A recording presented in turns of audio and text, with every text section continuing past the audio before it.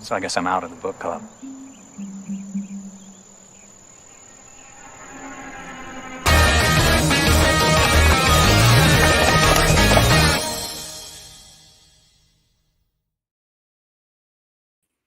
Hi, Keith here with Unsafe Space Book Club. Welcome, everybody. Today we're talking about the Tom Woods book, National Divorce, the peaceful solution to irreconcilable differences. We have some great guests here today. We have J.G. Franklin, bringing in the international secession movement. He's in Brazil, talking about what's going on there. We have Stephen Axelman's coming in. He's from the Americans United for Peaceful Separation, and he's a board member of the New Hampshire independence movement. Marcus Ruiz Evans, he's president of Texit, the full state leaving the Union, starting a new nation version of Texit. And Alex Maselli from Unsafe Space, the host of several of the shows, co-host and host. So the Tom Woods book, it's a overview of secession with 7 different chapters with 7 different people. So the first chapter is Tom Woods himself. It's from a Mises Caucus talk that he gave, which is a great talk about secession. It's his explanation of why it's constitutional, why it's a good idea, questions about how come people don't understand the idea that if people aren't getting along, irreconcilable differences is the statement they talk about here. The solution, peaceful solution, is to just break up and become great friends. So we have people here all over the United States. You can see the irreconcilable differences going on today. The best thing for us to do, in my view, and this is what this book goes through, is to just end this destructive relationship with Washington, D.C.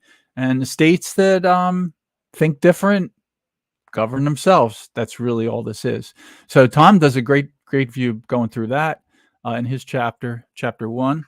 The second chapter is from a Tom Woods episode. It's with Jeffrey Deist. He's the president of Mises Institute. Great resource for freedom, liberty-minded stuff, economics. Basically, they're getting more people to read Friedrich Hayek and Ludwig von Mises and understand Austrian economics. A little plug for the Mises Institute. Austrian economics is actual economics as opposed to what the left uses for economics, which is basically they consider it, as Jeffrey Deist says in the chapter, just kind of, it's not even real a discipline that's just used to kind of promote corporate greed or something. But anyway, Mises Institute is a great. So for that, they talk about a story in that Tom Woods, just bring up one Tom Woods thing. He was in university. I don't know if he was undergrad or grad. He's a American history and history degree, and then went through a PhD. He says the most valuable part of his entire education was the 1-week internship he did at the Mises Institute. That was part of what switched him around. So one of the chapters is from Jeff Deist. I highlighted a few quotes. I'm just going to pick one out and read it, just for people who aren't familiar with Jeffrey Deist. He said, we have maybe a few hundred people in the U.S. House and Senate deciding things for 320 million people, or in many cases, 5 Supreme Court justices out of 9 deciding things for that 320 million. This is a recipe for strife and dissent and disaster. There's absolutely no reason we have to have one unified, let's say, form of gun law for all 50 states. Another quote, the idea that smaller isn't better is mystifying. We always prefer to have 2 states exercise dominion, let's say, over 20 million people than to have 1 state exercising dominion over 40 million. And he said, go back to the first Congress. America had only something like 6 million people at the outset. If we extrapolate that number to today, we'd have 5,000 or 6,000 members of Congress. So the idea that Congress today represents the people, represents me.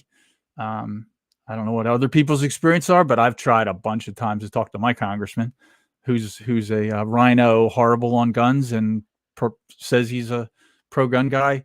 I've sent him constitutions. I've gone to his office 3-4 times, tried to set an appointment. Like, he doesn't want to talk to me.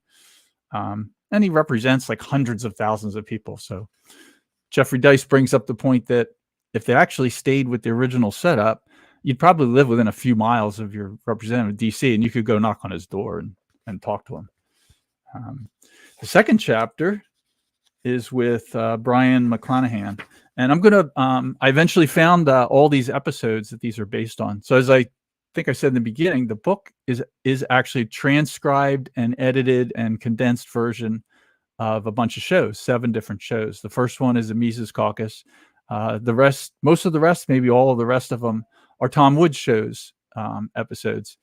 The Brion McClannahan one is episode 1963 from 9/2/21. I went and found them all, some from YouTube, some from Apple Podcast.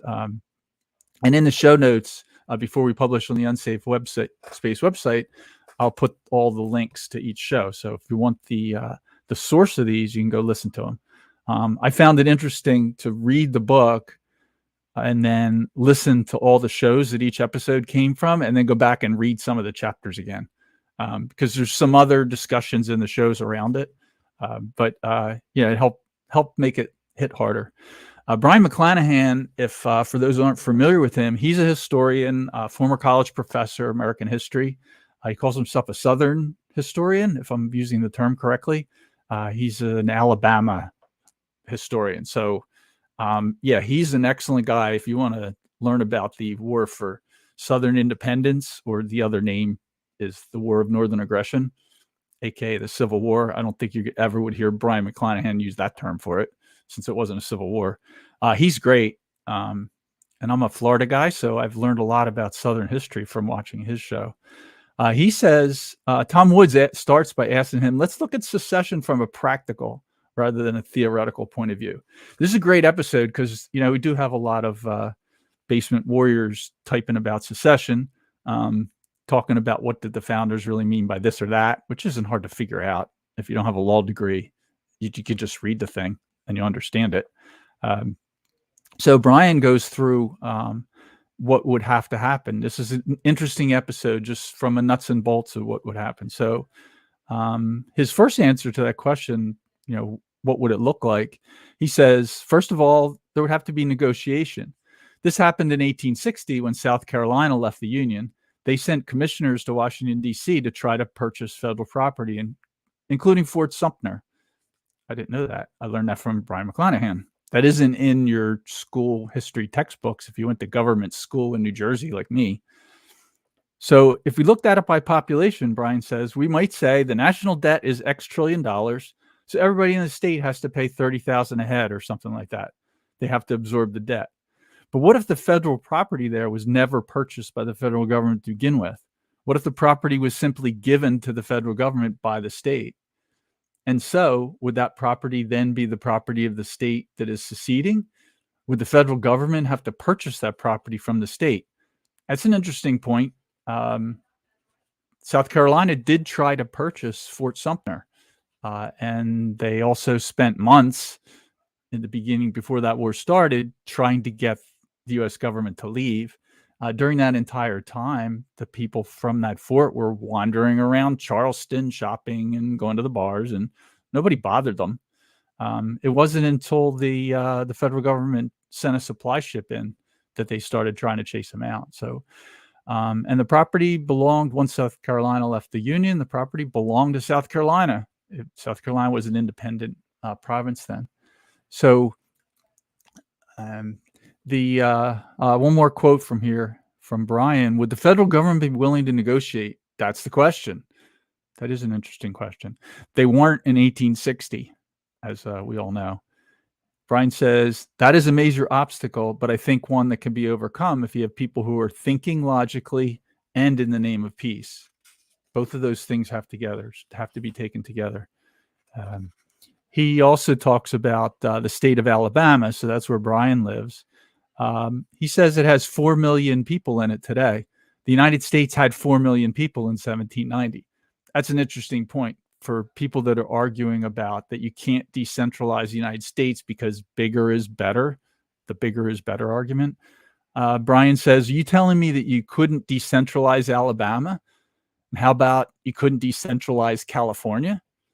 We have Marcus can talk about that later, but California's got 40 million people. It would be, I don't recall the number exactly. I'm sure he'll let us know, but it's like be the 10th biggest GDP in the world. Like, of course, California can survive on its own. It's like, it'll be bigger than almost every country in the world. 4. He's giving me a thumbs up I didn't pull everybody in yet, but if you're muted, Marcus, I'm gonna bring you guys in just so we can see who's here. So you're welcome to give a thumbs up here. So the next chapter, and Brian, if for people who haven't watched Brion McClannahan's show, he does a show called Brion McClannahan. It's a great show, and secession is a topic he often talks about. He does a lot of the actual history from the South, from the point of view of the people who were just trying to do the self-governance thing. Like, for example, my state of Florida, which is not a voluntary member of the Union. All right, chapter 4 is with Michael Malice. Probably everybody knows who he is, but he's just a general SHIT stir, and he's always makes great points. This was a fun one. It's called After Brexit, American Secession. It's from a 2016 Tom Woods show, episode 1694, again, transcribed. I had a couple quotes from here. Malice says, when they were talking about the secession that triggers everybody into thinking that secession goes hand in hand with violence, like those two things have to go together. Michael Malice says, wars don't establish truth, they establish dominance. When someone wins a war, that doesn't mean they've legally proven their case. Stalin beat Hitler. That's a good point. That doesn't mean Stalin was right and Hitler was wrong. They were both wrong. Hitler is not wrong simply because he lost World War II. The left speaks of the Northern victory in the Civil War, that the Northern victory in the Civil War disproved the legality of slavery. But military victories don't prove abstract propositions. So that's a fun chapter. He also says it's very easy to separate out into 2 or more groups, at least. You should have some period of internal migration. So he's talking this was a conversation, they got into the practical aspects of how secession would work. One half would become more libertarian and one half would become less libertarian, or it would be a mix. But then you could further segregate out into 4. So you'd have that Nolan chart. You'd have the right authoritarians, the right libertarians, the left libertarians, and the libertarian authoritarians. That's the 2-dimensional chart that separates this, what I would just refer as silly thing where you got to have the right-left divide and everybody's either in this camp or in this other camp, which doesn't explain most people. I suspect it doesn't explain a lot of the people here, maybe everybody. It doesn't explain me. I've never been right or left. I'm not conservative. I'm not liberal. I've never been either one of them. That doesn't describe me at all. So I like the discussion on that. And he asked the question, this is like a typical Michael Malice quip. Wouldn't you rather have a bad neighbor than a bad roommate? That's a good one. I like that one. Yeah, I'm going to have to write that one down. Let me find another quote. Actually, I'm going to go on in the interest of time. I'm 15 minutes into the intro here. The next chapter is F.H. Buckley. I was not familiar with him at all. This was a really interesting one. I'd listened to his show several times. It's episode 1575 from January 23rd, 2020. Frank Buckley is his name. He's a professor at the Anton Scalia Law School and George Mason University. So this is really interesting. This is actually fascinating to find a law professor talking about secession. I don't know how much time people have spent talking to attorneys, but most people that have been to law school in the United States have a lot of trouble talking about this.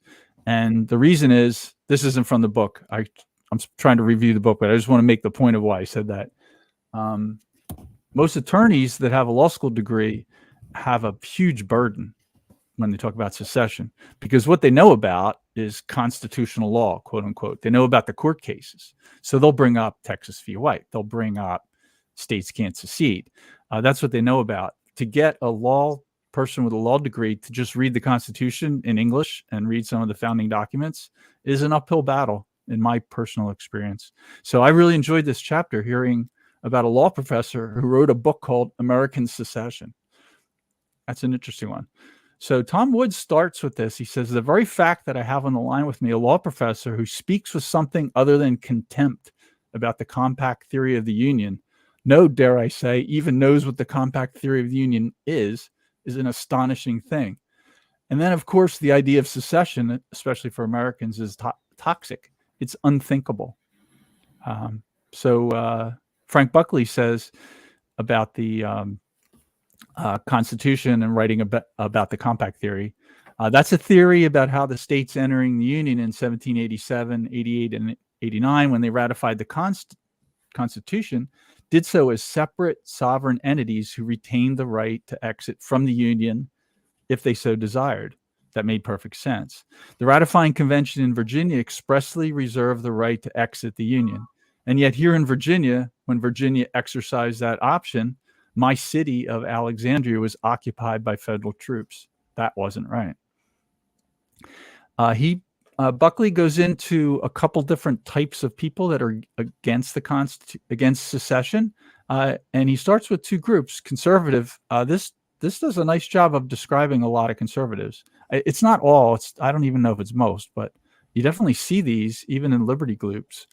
He says on the conservative side, people say we live in a regulatory state which is lawless. The regulatory state is based on the Code of Federal Regulations. It's federal regulations that bother this group. So secession would mean deregulation, in the same way that Brexit in Britain meant deregulation, escape from the crazy rules of Brussels. That's his type one. That's true, and it's correct. The Code of Federal Regulations is ridiculous. So that is one of the conservative views in favor of secession. Number two, he brings up people who rail against the corruption of American politics. This is another true version of why secession would be good. He says, we have a less corrupt government when the government is closer to the people, as it would be in a smaller country. I did some number crunching. Smaller countries are less corrupt. That's a great point. Talk about Norway, Switzerland. Those are places that are small. Their population's smaller than a lot of U.S. states. 5 million, 7 million, 10 million. That's the kind of numbers in a lot of those countries. Switzerland's one of the freer countries in the world. Smaller itself. I don't know if he's the one who mentioned it, but it's one of the people in the book brought up Hong Kong. Like Hong Kong is a prosperous, pretty free, although I wouldn't want to live there now with China coming down on them, as a little aside. But yes, bigger isn't better as far as liberty goes. That's clear. Soviet Union was not a good liberty place. China, biggest country in the world, that's not too great for liberty. India is only so-so. Those are the biggest countries. So bigger isn't better as far as liberty goes. Buckley says, this is when they got into the war for Southern independence, which is the name I prefer using rather than the War of Northern Aggression. He says, nobody in 1861 said it was about slavery. Anti-slavery voices in the Republican administration, William Seward and Abraham Lincoln, were prepared to concede an amendment that would guarantee the right of slavery permanently in the Constitution. No country better protected slavery. That's an interesting point. He's saying in 1861, there wasn't a country in the world that protected slavery better than the U.S. federal government. So 1861 was not about slavery. That happened later. That's a good argument to bring up with the people who try to claim that war was entirely about slavery, and that if you're in favor of secession, that means that you believe in slavery. Those are two separate things. So he said that what we're seeing in the United States, we're seeing that grow. We're seeing people move. So people move in both directions. He says people are moving from Illinois or California to Texas. That would accelerate all this. So he says we wouldn't see a war. This is if a secession happened, whether it's California or Texas. It's the same point. Because if Texas succeeds, I'll throw this in for Marcus's benefit. If Texas succeeds, there will be people from Texas that will move to California. They might have to repopulate Austin. Who knows? And same with the other direction.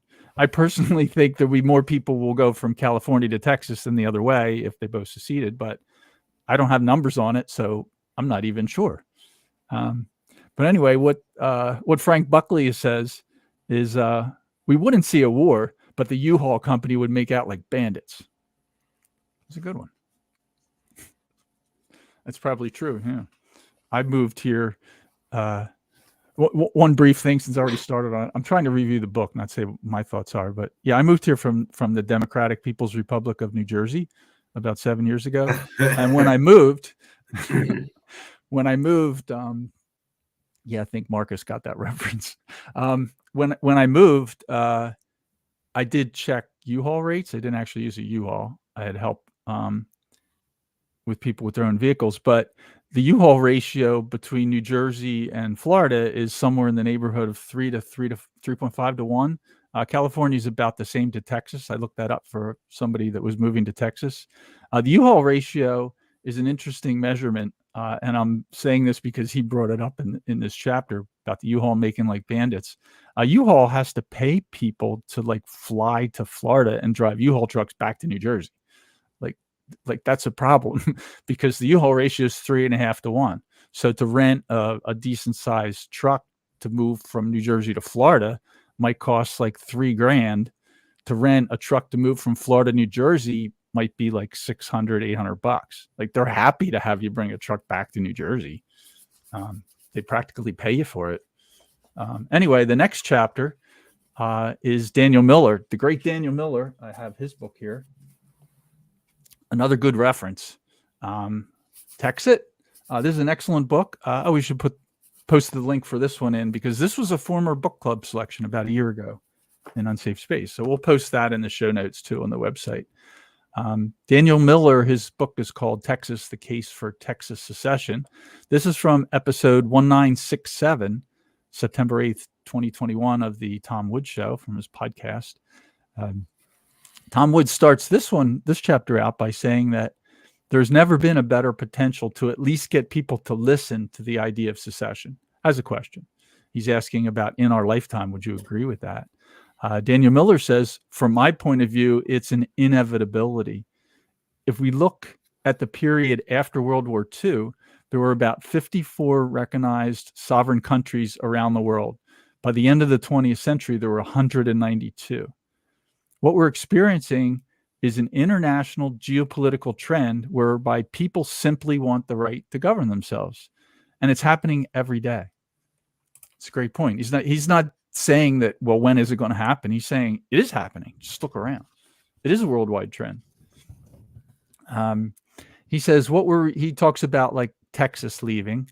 What we're receiving here in Texas right now are essentially political, cultural, and economic refugees from other states where their core values are not represented in state government. Sorry, Marcus, he says places like New York or California, which is a subset of people. I know there's, like I said, I'm sure there's people from New York. If New York's not going to secede, but if they did, there would be people abandoning New York for California. Everybody here recognizes that. Probably even Stephen, who's in New York. He probably has some of his neighbors want to leave, but that's not going to happen. I don't think you have to worry about New York. Nobody's talking about New York secession that I know of. Daniel Miller says this red and blue thing is a ridiculous driving line. And then he talks about the border. So he brings up the two primary issues, 2 or 3. The first one he brought up was the border. He said, we've been experiencing here in Texas for over 20 years now, the border and immigration are the number one drivers for independence. So that is a southern, the states along the Mexican border have that problem. And it's not wanting anybody to come in. It's just the open border doesn't work. I'm not a huge wall proponent. I think we just have to stop throwing diamonds all over our lawn. I'm paraphrasing Stefan Molyneux, who asked the question, how big of a wall do you have to build around your property if you scattered diamonds all over your front yard? So that's the problem with the wall, basically. We didn't need that. We shouldn't need that. because we shouldn't hand people too much money just for coming here. So Tom Woods asked him the question, the federal government would never let you go, as a quote. That's a common argument against secession, right? We've all heard that one. How do you answer that? He asked Daniel Miller. He says, tell me how they won't. That's a good answer. We're going to follow the process where the people go to the polls, vote in a referendum. Then he says, if no one fires on Fort Sumter, then what is it that they do? So what would the federal government do? He says, the moment that the United States federal government acts against any people who engage in a process like I just described, he's referring to the referendum vote process, well, 75 to 80 years of foreign policy where they've gone and sent our grandfathers, our fathers, our mothers, our sons and daughters to fight, shed blood, and potentially die for the right of self-determination for other people, all that goes out the window. That's true. That's a great way to put that. He says, you have polls from noted pollsters that show that almost half the active duty military believe that the states have an absolute right to withdraw from the Union. So there's a chapter on that in Texit, and he mentions it in this book too, that gets into what would actually happen if the United States president attempted to stop using force, what Lincoln did, basically. And that's an interesting one. I've been saying this for many years. Like, do you really think, I'm in Florida. Does anybody really think President Biden, I started saying this with Obama, but I thought the same thing at Obama. I thought it about Trump. I think about Biden. Do you think that the president would send the Air Force to Tallahassee and destroy Tallahassee? Like, no, I don't think that would happen today. I mean, I don't particularly like any of those guys as president. I didn't vote for any of them. I don't think Hillary would have done that. She's like, of the four names I just mentioned, she's the biggest warmonger. I don't even think G.W. Bush would do it, who's the biggest war guy we've had in a long time. I don't think he would destroy Tallahassee. So anyway, I agree with that. The second thing he brought up in Texas, Article 1, Section 2 of the Texas Constitution says, all political power is inherent in the people, and all free governments are founded on their authority and instituted for their benefit. And the people of Texas have at all times the inalienable right to alter, reform, or abolish their government in such manner as they think expedient. That's in the Texas Constitution. And that's after the war. So that's the one when Texas got annexed back into the United States. That's the one that's in there. So as far as a referendum in Texas to leave, like, yeah, of course they can do that legally. He gets into Sam Houston, who that little town named Houston is named after him. He was a big guy during the when Texas seceded before, maybe even several of the secessions. As an aside, I count 3 for Texas, if I'm counting right. So Mexico seceded from Spain and formed a new country. Texas was part of that. It was a state. Then Texas seceded from Mexico and formed the Republic of Texas. They're an independent sovereign nation for 10 years. Then Texas petitioned and joined the United States. And then Texas seceded from the United States. So Texas people, historically, that's probably written down somewhere. They know how to leave.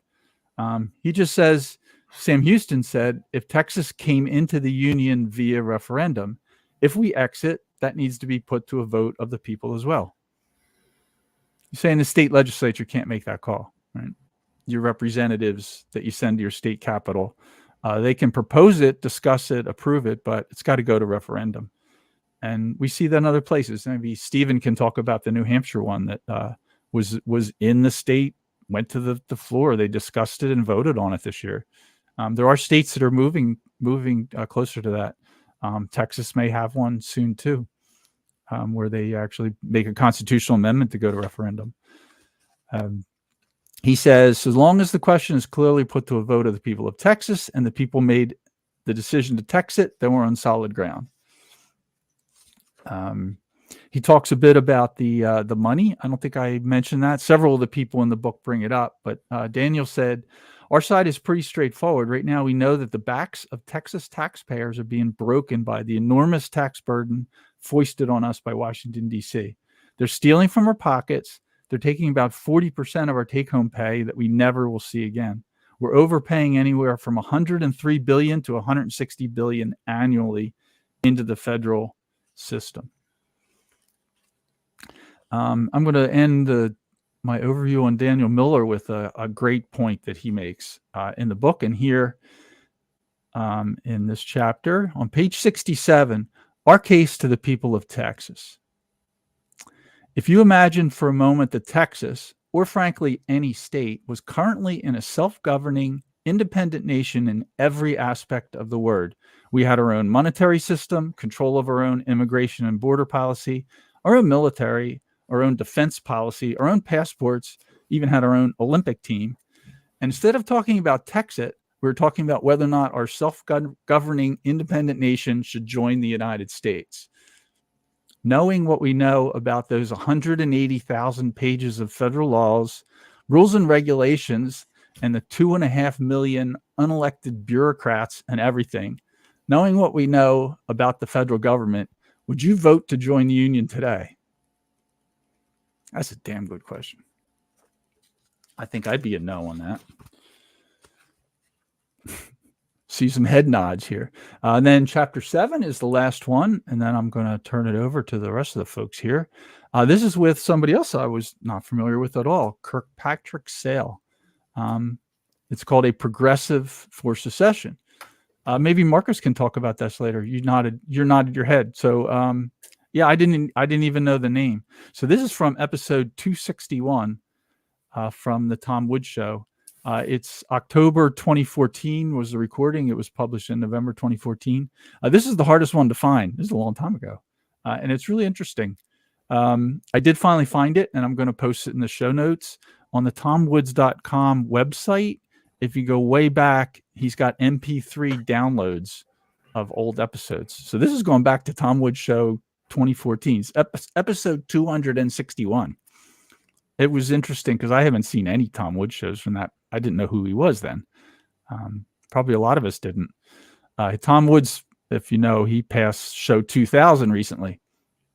I went to his event in Orlando. That was a good time. A lot of Liberty people there. Get to sit and chat with Michael Bolden of the 10th Amendment Center. That's a good place to go. I don't know how many Free State Project people that are there, Stephen, but there was a bunch. Carla was there, talked to her. And anyway, you can download this. I'm going to put the link to where that is on the website for people who want the audio version. So Kirkpatrick says people who believe in a flat earth believe that there's a left over there and a right over there. And that's how they categorize everybody. But people who know there is a round earth understand that up at the top, there are authoritarians, whether they be Stalinists on the left or Nazis on the right. And then down on the bottom, there are the anti-authoritarians. Libertarians, anarchists, all the freedom-loving people together on the bottom. For Marcus's benefit, I would throw in a lot of the 60s progressives, the anti-war, power to the people folks. Like, they're kind of on that other list, I think. So there is no left or right. It's essentially freedom or no freedom, authority or no authority. He also says the progressives, this is some of the modern day left progressive. I don't know if these labels all have so many different meanings, but I know what he means here. He's talking about today.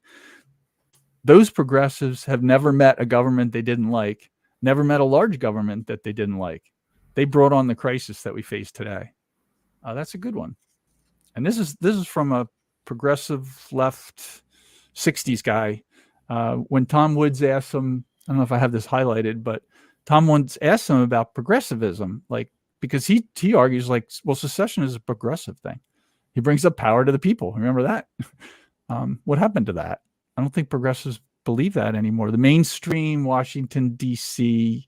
left authoritarian progressives no longer believe in power to the people. The last thing they want is a referendum to vote on secession. Like, they want everybody. That's how I see it. Again, back to the book. So Kirkpatrick says, or Kirk, he goes by, Kirk Sale says, they are against secession in a knee-jerk patriotic way that has never really been examined by most of the people. This describes a lot of right, Christian, conservative, Republican, patriot, liberty, flag wavers, Pledge of Allegiance. If you don't take your hat off when I'm saying the Pledge of Allegiance, I'm going to punch you in the face, or at least get angry. Then they declare it illegal without having any grounds for that, unconstitutional, when it does not appear in the Constitution. That's true. Among those crazy people who thought that living on a smaller scale might be better were the founding fathers, including James Madison and Thomas Jefferson. The idea lives inherent in the founding of this nation because, after all, we had just seceded from Great Britain. This is an interesting chapter. So, yeah, I think we'll have Marcus maybe talk a little more about him. Sal says, I don't think it's the business of any government to go around establishing justice for other people. In fact, defining what justice is and then forcing it down the throats, that's exactly what's wrong. The cost of forcing federal ideas on people is very high. And I have one more I starred here. It's on the Civil War. People will always say that the Civil War proved that you can't do that. What the Civil War proved was that when one half of the country with a great deal of power and money wanted to destroy the other half of the country, it could use a lot of force if it wanted to do so and win a war. It doesn't prove anything about secession whatsoever. Secession is obvious. It was obvious then, and it's obvious now. All right, I'm going to end there and stop talking for a while. I'll just go in order here. Or Marcus, you're unmuted, so why don't you go first? I don't want to get any. Okay. All right, Alex, you want to go first? Ladies first. Okay.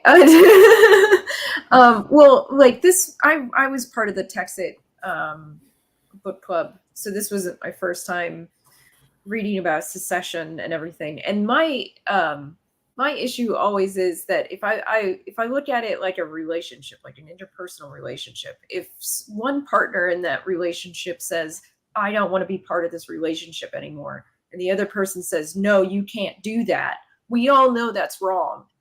So to me, I'm sort of like, it's pretty common sense that groups of people, if they agree that they no longer want to be part of this big relationship, that they should be able to walk away without suffering violence, especially.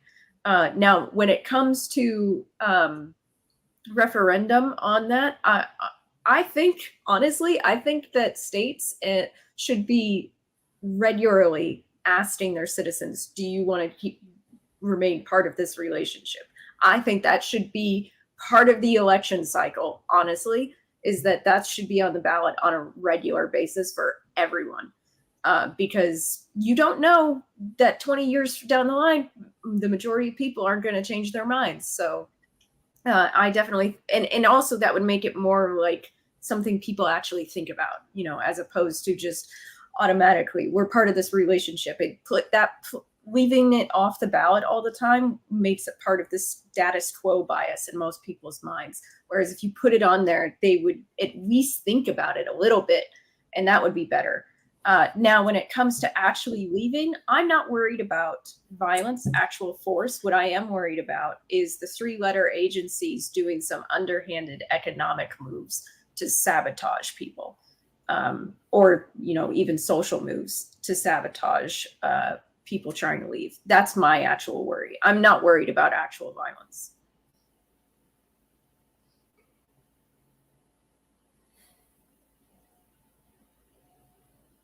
Agree with everything. That was great.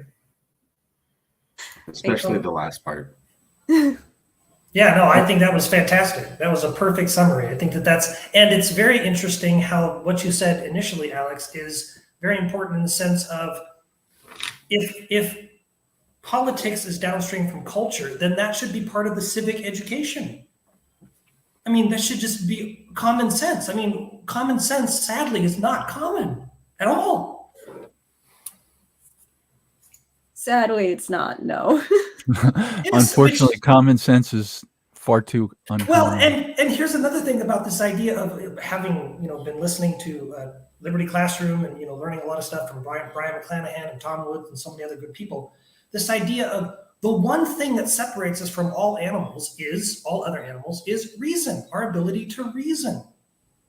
Now, I'm a very emotional person. I'm an actor, so I can be very emotional, and I'm very emotional most of the time anyway. But even Aristotle, and back then, the tradition has come down, the continuity that ideally the best situation is everything should be tempered by reason, objective reason.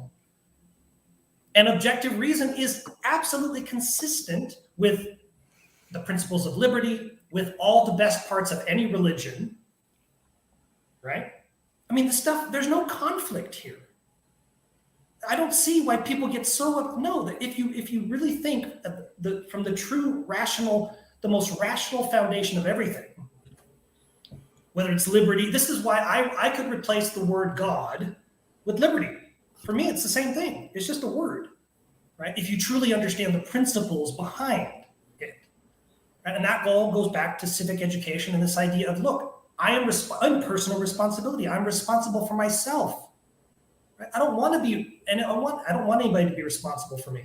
I'm responsible for myself. And it's very interesting. I've written about this. I don't know if Keith, if you've had time to read anything that I've written, but I've written about this idea of, I don't agree that the word selfless should exist, because no one is truly selfless, right? Everybody is absolutely selfish, but there are only two ways to be selfish, either ethically correctly or unethically incorrectly, right? Because everything I do is for me, but I do it in such a way as to help you, it's Jerry Maguire, help me, help you, help me, help you, it's so simple. It's collaboration. It's true collaboration. And so like Rabbi Stephen, you said in the earlier video that I watched before, that I saw, this idea of we should be sitting down and discussing all of this stuff objectively, precisely because we hate each other. How can I help you leave me? I don't want you near me. You don't want me near you. So how can we help each other get the hell out away from each other? It just seems so obvious.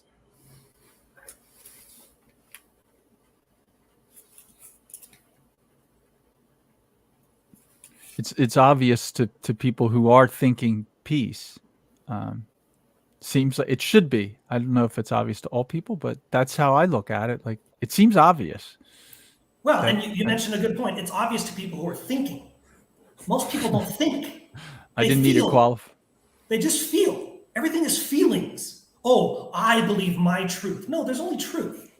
There's no my truth, your truth. There's only objective truth. History proves this unequivocally. You're definitely right about feelings with American elections. You can definitely go back to 2000 with George W. Bush versus John Kerry. And the election was decided because they had a picture of John Kerry windsurfing.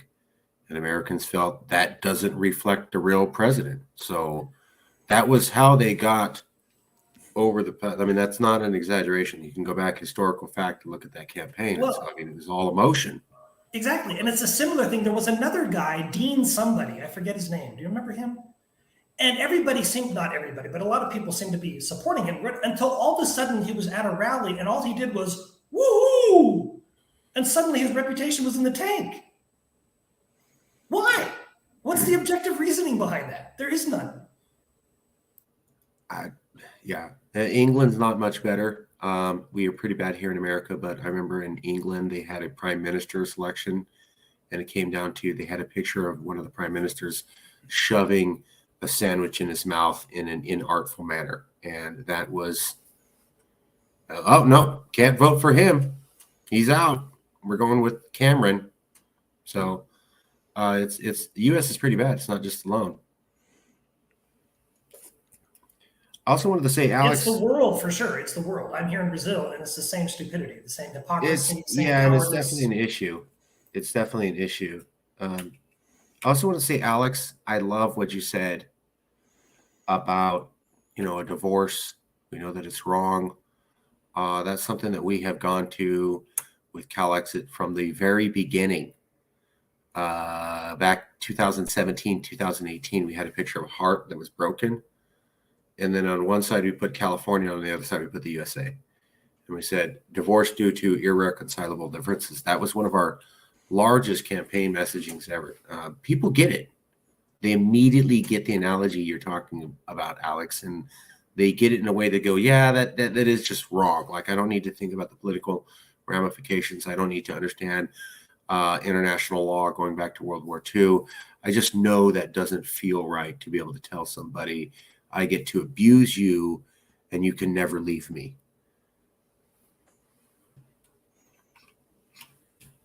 Yeah, when you take it down to the personal level, which helps a lot of people understand it. If you can't think about it at the abstract, think about it as two people. An easy way to do it is you think about a couple. If you know, typically if it's physical, it's more often the man is abusing the woman physically. And if the man threatens her that I'm going to kill you, I'm going to beat you if you leave. If you're friends with the woman, you help her leave, right? That's how you handle that. You don't lock the two of them in a room and let them duke it out for the rest of their life. Like, that's not the peaceful approach. So taking that analogy and then raising it up to 320 million people, it's a mental jump, but as JG brought up, to use your rational mind, you should be able to take that concept and move it to what looks abstract to most people. But right, and what's interesting is if you think about, as I mentioned before, this idea that no one's truly selfless, then it should be automatically, well, what if it were me? I wouldn't want to be in that situation. You would think that would be obvious. Yeah, a lot of people have a hard time with the word selfish, but the thing is, that human beings are rationally and emotionally self-interested individuals. There's no way around that. Absolutely. Even in performing altruism, you are doing it because it makes you feel good, usually. So exactly, everything is rational and emotional self-interest. So it should be completely okay to act on those things when you're not hurting anyone else to do it. Like, it should not be a problem to act on rational self-interest. Absolutely. And this has been something that's been talked about, I would say, all the way through the ancient Greeks, throughout history, right? So, but it's all done in a way that is conscientious or not. There are only two ways to do it. Either you do it conscientiously, help me, help you, reciprocal solidarity, this, truly this type of thing. I want to benefit, but I'm going to help you benefit me so I can benefit you, and back and forth.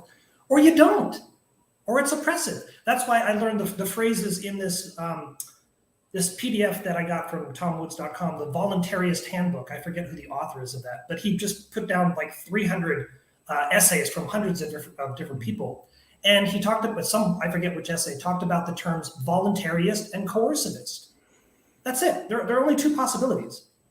Either you're voluntarist and you're conscientious truly, or you're coercivist and you're not conscientious. You're just conscious. You're just truly, that's it. Every human being is some range of that. And I would argue, I've written about this as well, I would argue that the first step to deciding which of those you are, whatever, is admitting that every single one of us, you, me, every single one of us who has ever lived, every single one who's living now, every single person who will is by default, and this connects with religion as well, by default, a hypocrite and a coward. The first step is admitting that, and then every day conscientiously trying to not let that control you. That's it. That's the only difference between any two people. The voluntarist approach is a great one. The book, by the way, that's Keith Knight wrote the Voluntarist Handbook, and he kind of modeled it after Michael Malice's his Anarchist Handbook. That style. He's Stephen, by the way, Keith Knight is going to do a talk at PorcFest this year, so I think it'll be interesting. I wasn't familiar with him till that book came out, but so he's looking at it from the word voluntarist, which is it's a useful word for people that are emotionally triggered by the word anarchist, but it sort of means the same thing. It's saying that the interactions are voluntary, that all interactions should be voluntary. Well, and it's funny how voluntarist is actually a synonym for selfish, but selfish in a conscientious way, I would say, right? Yeah. Because obviously, if we negotiate, both of us are winning. Otherwise, we wouldn't negotiate. Selfishness is an interesting word. It's a red flag word to watch for people. When people say, "Oh, you're being selfish," most of the time when people say that to me, I want to say, yes. Yes, of course. Yes, but the difference And you're is being selfish by accusing me of that. Right. And here's another thing. This is the difference I mentioned that I wrote about, and I'm not the first one. This is not an original idea. But my point is, yes, I'm selfish, but I try to conscientiously be so in a conscientious way. How can I help you help me? That's the difference. That's the only difference. That's what voluntarist is. That's what free trade's about, is that you get some benefit. As you brought up, Alex, I think several people have thought Alex brought it up, that you get a feeling of something good. You also get something out of the relationship. So yeah, I mean, a marriage is in the end is a voluntarist position. It's supposed to go both ways, right? Yes, ideally it's supposed a trade. And everything in the relationship is essentially a commodity. Sex is a commodity. Prostitution proves this. Okay, everything is some sort of objective commodity, whether it's my time, my energy, and it's all a matter of valuing it conscientiously or not. Well, I kind of want to bring up the marriage thing again, because there is an issue right now. Like, divorce rates in the United States are extremely high, or people are not getting married at all, even though they're still having children. And a big part of the problem is that people are not viewing marriage as reciprocal anymore. It's more like, what are you going to give me? And I would say that the women are more likely to not give as they are to demand from their husbands, honestly. And that they are the ones initiating the divorces.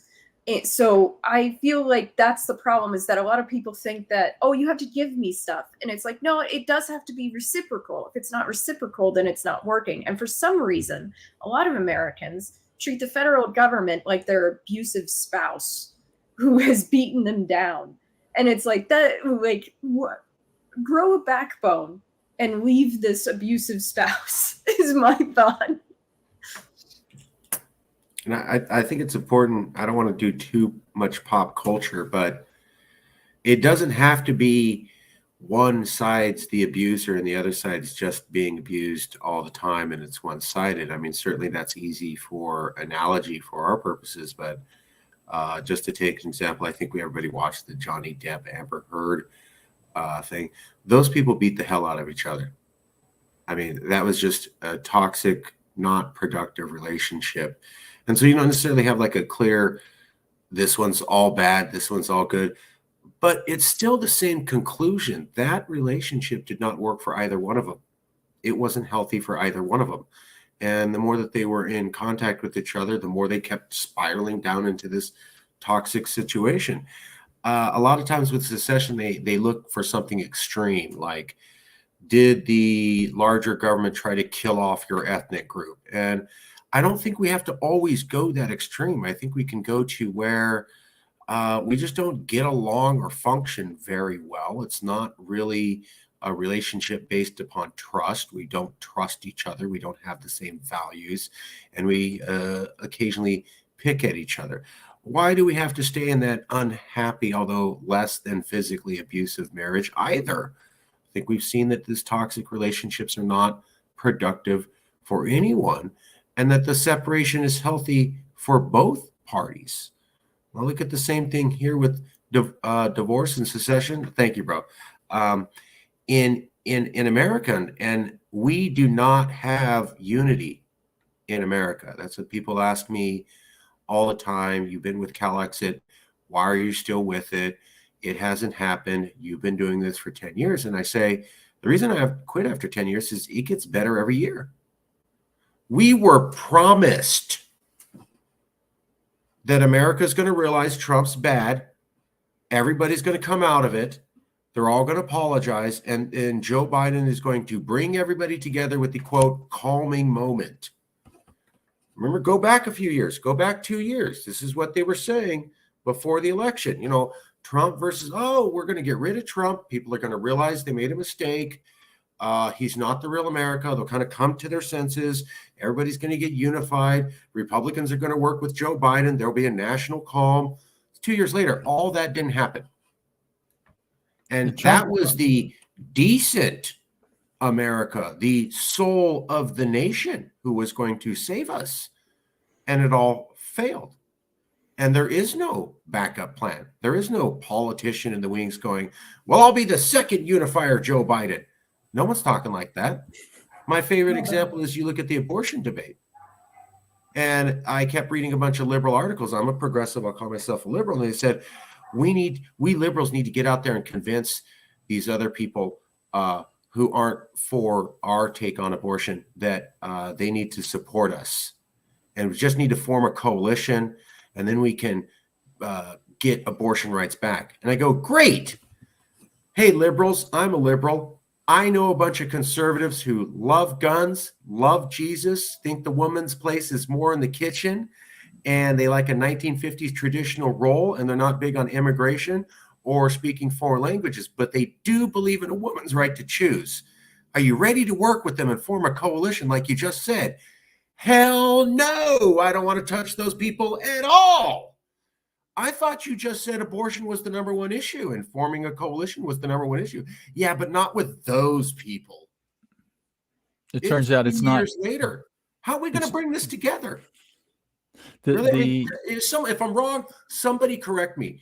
Show me where somebody's bringing us together. Somebody's going like AOC's going, hey, maybe I was a little extreme. Let's come, we should work together. Show me where anybody's backing down on either side at all, or anybody has any sort of concept about how to bring this country back together at all.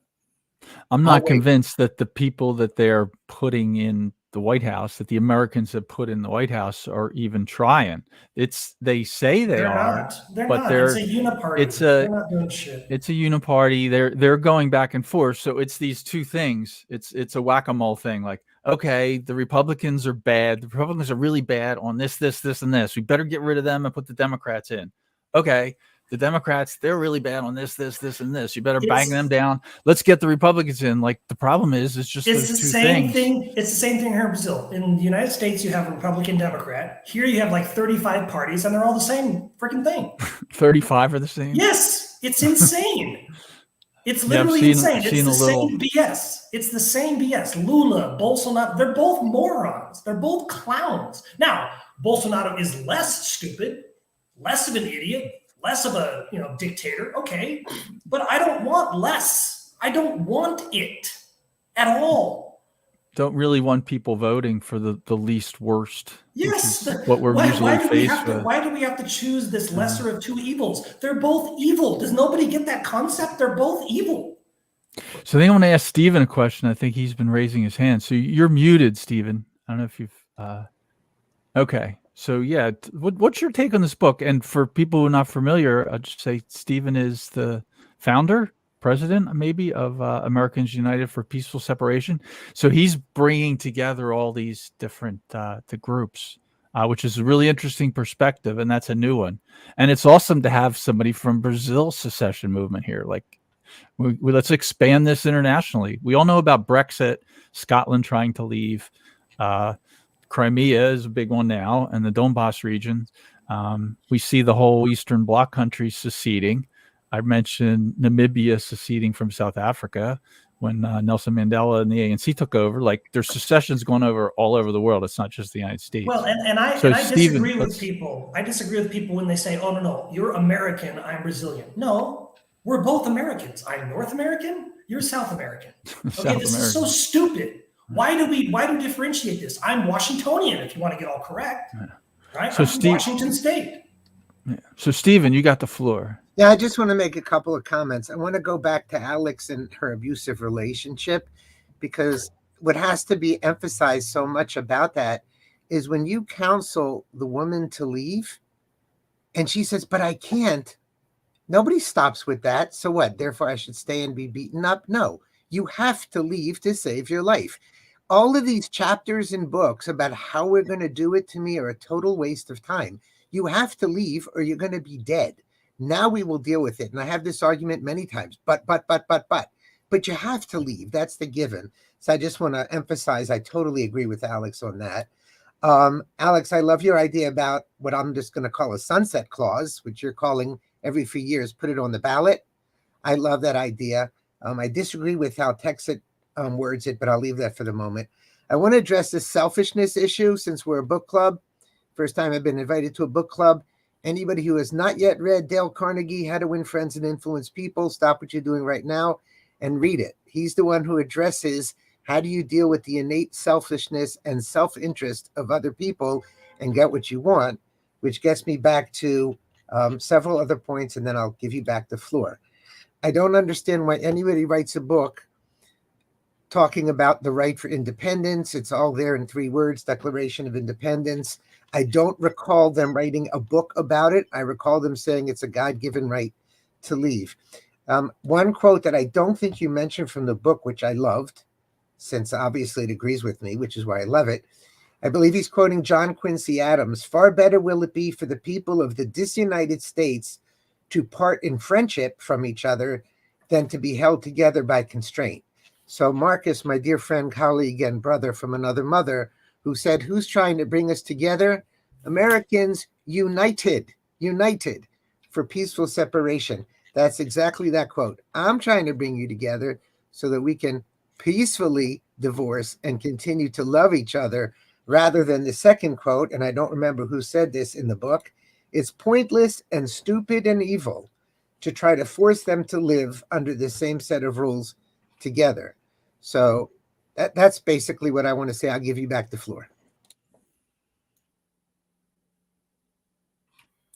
Just to back you guys all up, as a liberal, hanging out with, I'll say non-liberals, okay, keep it. Learned a lot about secession and the original American arguments. And they had the phrase, we want to leave England, yeah, because of these impositions that we're not happy about. I mean, let's remember the English were not enslaving the American citizens. They were mistreating them in certain capacities, but there were a lot of specific policy issues. But really what it came down to in the Declaration of Independence or some other key document was they said, we want to leave because we think we can do better. It says in pursuit of a more perfect union, in pursuit of a more perfect union. Not that your union sucks, but it's horrible, but we just frankly think we can do better. And the fact that we can do better and provide a better quality for our life, for ourselves, is all the justification that we need to leave your entire government and form our own. It's literally in there. And we're looking at selfishness. I would back that up. What does the pursuit of happiness mean? I mean, they were looking at retention of property, it's life, liberty, and the pursuit of happiness. That was intentionally scripted that way. The way they use in the pursuit of happiness, the primary point there is that the government doesn't get to define what happiness is and what you have to do to pursue it. Like, and the pursuit of happiness is an individual. That's a value judgment. That's an individual position. And a government, a committee can't decide what happiness is. That doesn't work. The government is just a big committee. I just want to make the point that, when Marcus brought up the more perfect union, that's the Constitution. So the Declaration is it's not a founding document, as Brion McClannahan points out in his chapter. I don't think I quoted that one, but that's another great one. I'm paraphrasing, but he says, the Declaration of Independence is not a founding document. It's a defounding document. It's a secessionist. It's making a secession. So no, the Declaration of Independence says nothing about a more perfect union. That's not what it is. It's 13 states together announcing to the world that the 13 states are leaving England or seceding. Right. And, it's not often talked about, but a lot of the states had already seceded from England, like before July 4th. They didn't. There's only a couple of them actually seceded with the Declaration. Most of them, I think most had already left. Virginia's was in May or April.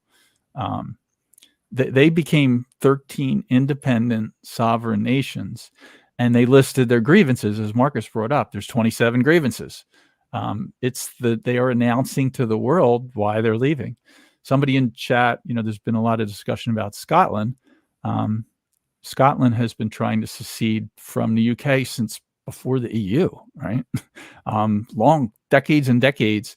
They're still trying. They'll probably, seems like they'll eventually will secede and secede. And there's a lot of reasons for doing so. Somebody brought up they have woke left policies. I don't know enough about Scotland to say. I mean, all the Scottish people I know are Americans, and they're hardcore.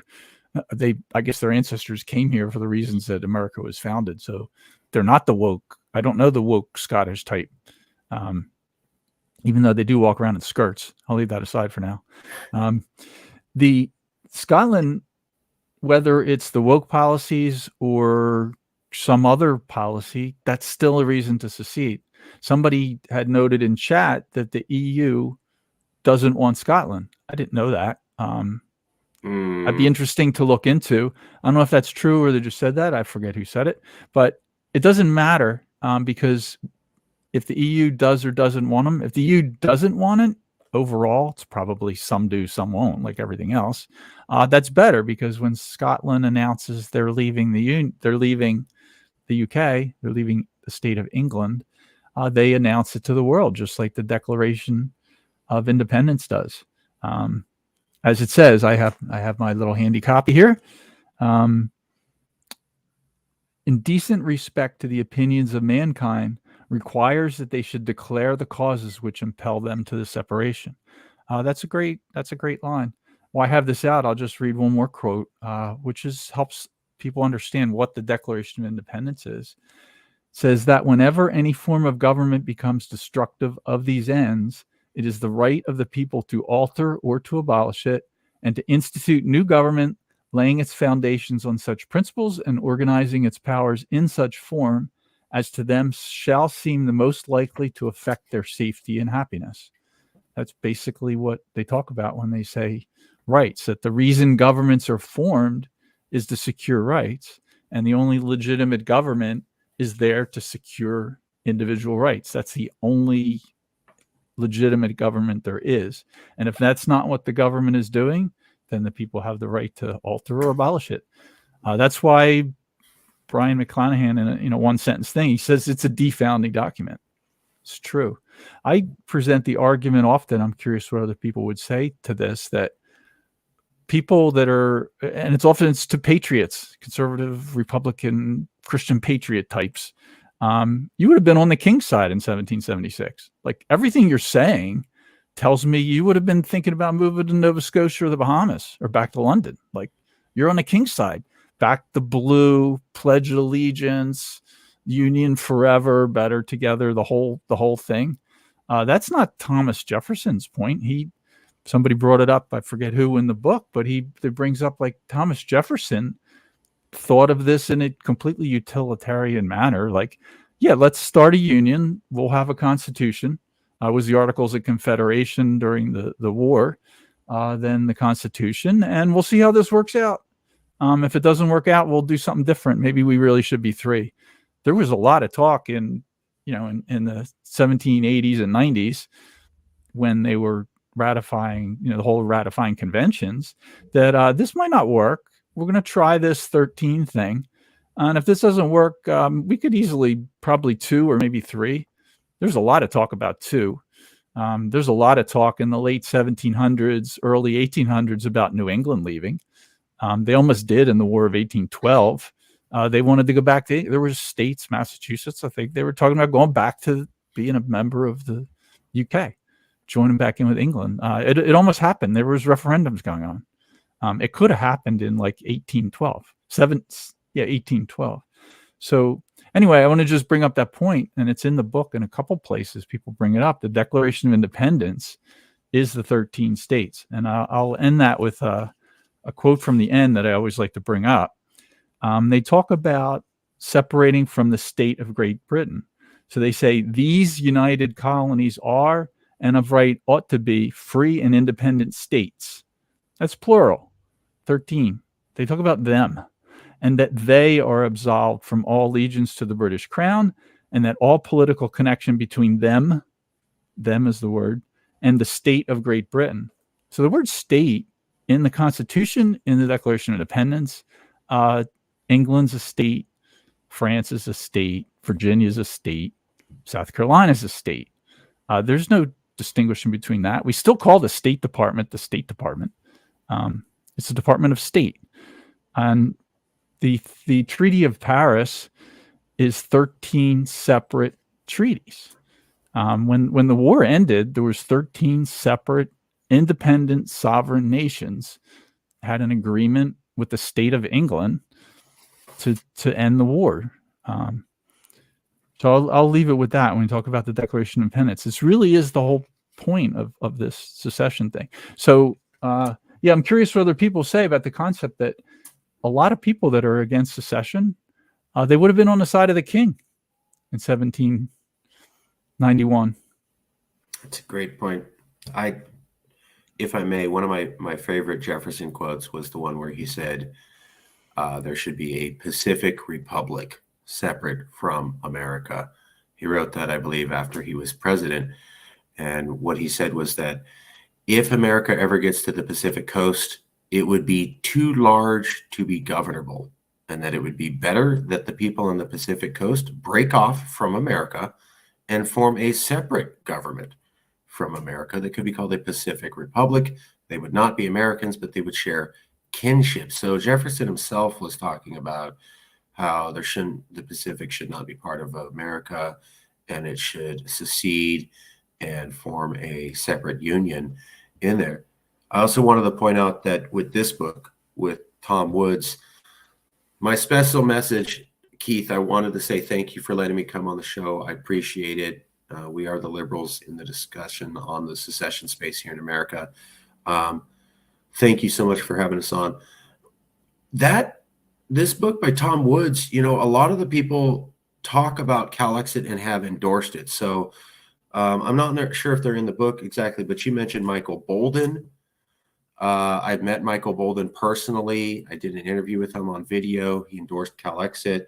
You talked about Michael Malice. Michael Malice has written an article saying America would be better off without California. Brion McClannahan for Mises has also written an article saying the exact same thing as Michael Malice. We'd be better off without California. F.H. Buckley, who's mentioned in this book, I've done an interview with personally, and I've read his book. He specifically says in his book that the most likely candidate for secession is California, and I did the interview with him. Also, Jeff Deist did an interview with Jeff Deist, and Jeff Deist in Tom Woods' book directly mentions me and says Calexit, very likely. And their argument is, hey, America, you probably want to get rid of us. And that is our argument. And Jeff Deist did that. Also, Daniel Miller. Have a lot of extensive contacts with Daniel Miller. And Daniel Miller has admitted he still thinks Texit's going to happen first, but he says, I'll admit it'll be either Texas or California. One of the two, but he's pushing for Texas. I get it. He says, finally, Tom Woods, please have me on. Please interview me. In your book, you mentioned Kirkpatrick Sale. He's dead. You have no other liberal progressive secessionists at all in your book. By the way, I was just featured in a Warner Brothers 8-part documentary. I'm the most well-known liberal progressive secessionist in America, period. Been on Comedy Central, interviewed by Fox News 4 times, covered by Washington Post and New York Times.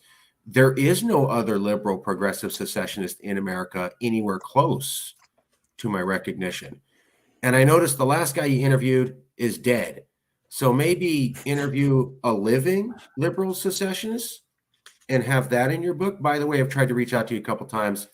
Please, let's talk, because you have nobody on this side as part of the conversation. And maybe if you're trying to get this to be a national topic, having a couple liberals who are living could help. I'll leave it there. Thank you, everybody. Yeah, maybe you should come to Porkfest and maybe you can talk to Tom or go to one of his things. I'll try. Does he know? He knows you, right? Does he know you? Marcus, I would. You're in the book. Every single name mentioned in that book, half of them for sure have been reached out to, and they all ignore any request to talk to anybody in any way related to actually doing something. I think that says something, right? Well, I don't want to get into it, but it says a lot.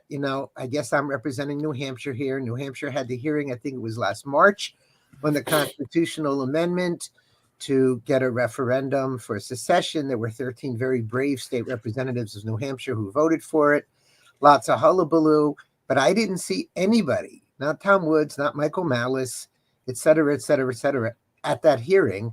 And what was so interesting at the hearing was the representatives from New Hampshire saying, we're a laughingstock of the country for even proposing this. And I kept saying, gee, you would have been less of a laughingstock if all these book writers would be here instead of making money selling books. So I personally reached out to several. I've reached out to several people in the Claremont Institute who wrote about secession. But to my knowledge, they refused to talk to anyone doing anything about it. They let them all hang out to dry, and then they write and sell more books and do more podcasts. So Yeah. I'll just leave it I have at a that. similar experience here in Brazil. It's the same thing. The people who are actual movers and shakers talk, but they don't do. I wonder if I'm going to eventually fall under your axe there, Stephen, with that, because I am just talking. I'm not particularly interested in politics. I don't like the idea of going to Tallahassee and trying to argue with the government. So I think what I'm trying to do is. Oh, Keith, let me interrupt you for a second, Keith, if I may. If you would have been at the New Hampshire hearing, but even by Zoom, and Marcus would have been at the New Hampshire hearing, and Tom Woods would have been there, and Michael Malice would have been there, and Michael Bolden would have been there, no one would have dared say we're the laughingstock of the country. We're just a bunch of hippie freak libertarians fighting for this. So when I say about doing things, that's what I mean. And nobody's doing anything with the people actually doing it. New Hampshire went further, I believe, legislatively, constitutionally, than any state has done in 150 years, and nobody was there. I would have. Please let me know if you think, at my level, I could influence that. I would certainly make a talk over Zoom. My understanding is that, when was that, in April? I believe it was March 13th, but I may be making up that date. March. Well, I don't mean to bust your boat, but I live in South Florida. I'm not going to New Hampshire in March. Like crazy. And by the way, even writing a letter to the legislature so that they can't say it's just a bunch of hippies in New Hampshire. You're totally right. That's what I said. And the same thing in California, they're just a bunch of crazy liberals. And the same thing in Texas, they're a bunch of crazy conservatives. And if everybody would stand together when each of these things happened, when Kyle Biederman stood alone as a state rep in Texas, trying to get his thing done, where were all those authors? To my knowledge, none of them were there testifying in Texas, not by Zoom, not writing letters, not anything. And Michael Malice lives in Texas. Michael Malice lives in Texas. He does now. He left New York City. When are you going to move to Texas, Steve? When? Even though he says he said in the last show, in looking for the Malice episode, I listened to a bunch of him talking about secession. He admits that he disagrees with the concept that living in Austin, background, Michael gave up on New York City and the COVID thing, and he moved to Austin, which is the California of Texas, is the kind of nickname. But he says it's not like California. It's just got a lot of that sort of thing. It is a left-leaning, bigger city, but Michael Malice doesn't think that Austin will completely empty out when Texas secedes, and he's an Austin resident now that's totally in favor of secession. I think with the authors, I just want to, since Stephen stopped me before I finished my point, and now I've mostly forgot my point. But I would certainly go by Zoom in March. If you had it in June, I would go to the meeting. I spent 2 weeks in New Hampshire this year. I'm going to PorcFest. Maybe they'll let me talk again. I did. So no, I'm not a New Hampshire citizen. And I'm not ready to move to New Hampshire, but I did a talk at PorcFest in the Liberty Classroom called Secession 101. And I talked to 3 different state legislators at PorcFest, 2 of which said they would come on Rebel Civics and talk about the New Hampshire movement. So I would do that if you think that helps. I'm just saying I would love to do that. The public appearance of people from other states, for each of the states trying to do something, is to me what gives it some oomph. I'll work on more of that. I love this whole thing you're doing with the Americans United for Peaceful Separation and the United for people who see that big U and get triggered by that. They're not talking about the U in the union, the that the American Union of 50 is a God-created sanctimonious thing that's in the Bible or something, and it can't be changed. That's not the United. It's United for Peaceful Separation. It's Stevens Group. That's important. The going to, somebody from Florida, which includes Tom Woods. Tom lives about 2 hours from me. Him going to New Hampshire to go to a state event is probably never going to happen, but you might be able to get him to go by Zoom. I'll drop Marcus's name. I'm going to his event in a couple weeks, his School of Life event in Orlando. I'm going to that. Yeah, I've talked to Tom. I've met him 4 times personally, maybe. I think he would talk to Marcus, I think, but getting on Tom's show, I'll just say, I've been at PorcFest twice now. Everybody at PorcFest has a podcast, and everybody would love to be on Tom Wood's show. So I think Tom probably can't handle everybody that wants to be on his show. But I don't know if he met you, Marcus. Fair. He did do that interview, but his show guests are a pretty, not to say you're not big, you are big, you're bigger than big guy, way more going on than me as far as the legislature view goes. But, you look back at Tom's recent guests, he's, Michael Malice, Dave Smith, Jeffrey Deist. That's where Tom's at. So sure, I don't expect to get on Tom's show.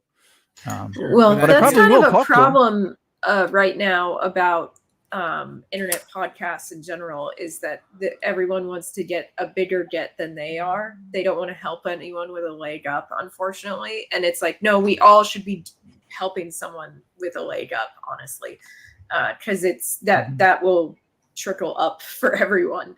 And it's kind of a problem right now. If I could make a point, Alex, to add to your point, there's a reason why a lot of people don't want secession. Because if I have a national podcast and there's a secession, guess what?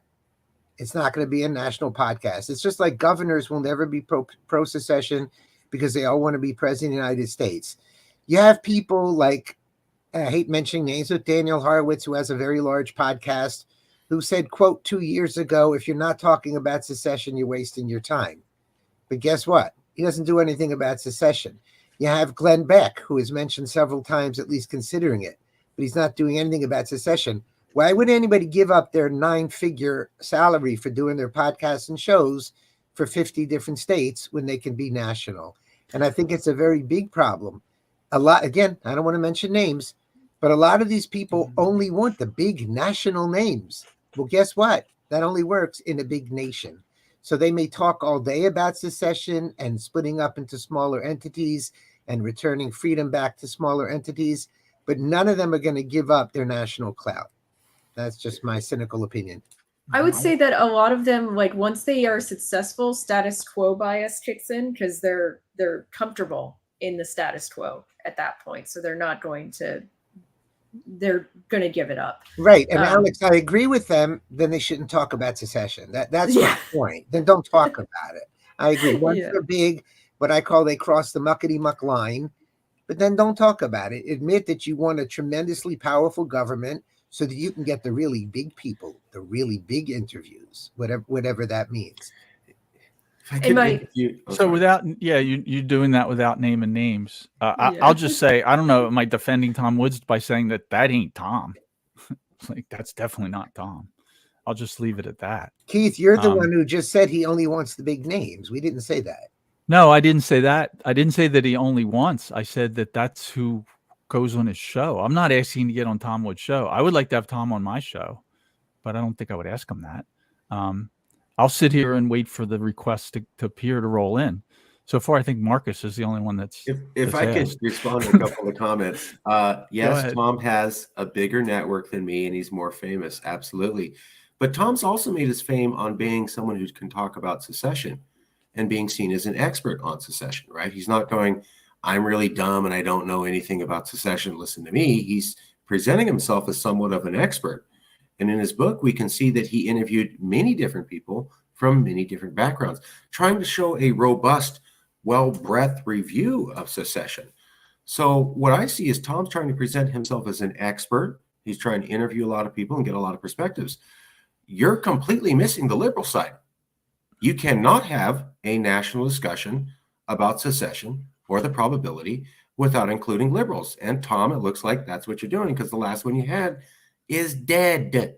Secondly, if we're talking about big names, there is no bigger name. This is going to sound horrible, but there is no bigger name than me when it comes to secession and being a liberal in America anywhere. I had an 8-part series by Warner Brothers Music. I've been on Comedy Central. I've been reviewed by the New York Times, covered by Washington Post, and I've been on Fox News 4 times. I also embarrassed Laura Ingraham when she talked about those statistics of people leaving California, and I pointed out that we actually make more money. She wanted to have me on and say, look, you silly, stupid liberal Californians, you're losing all these people, you must be losing money. And I go, actually, no, we're making money. And they stopped releasing the episode because I embarrassed her so badly. But I'd like to point out what the rabbi's saying and say, I think these are great signs. I think the fact that these people talk a big game about secession, and then when it comes time, don't back us up, is a great sign. Hear me out first before you judge, for this reason.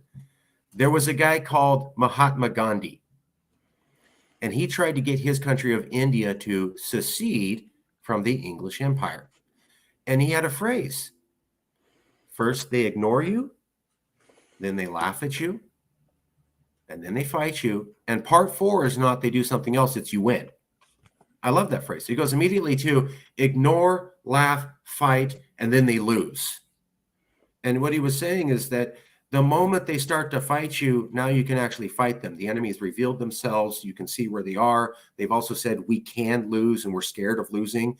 And you've shown us how we can lose. And that's the only time they come out and fight you. With Gandhi, it was the salt trade.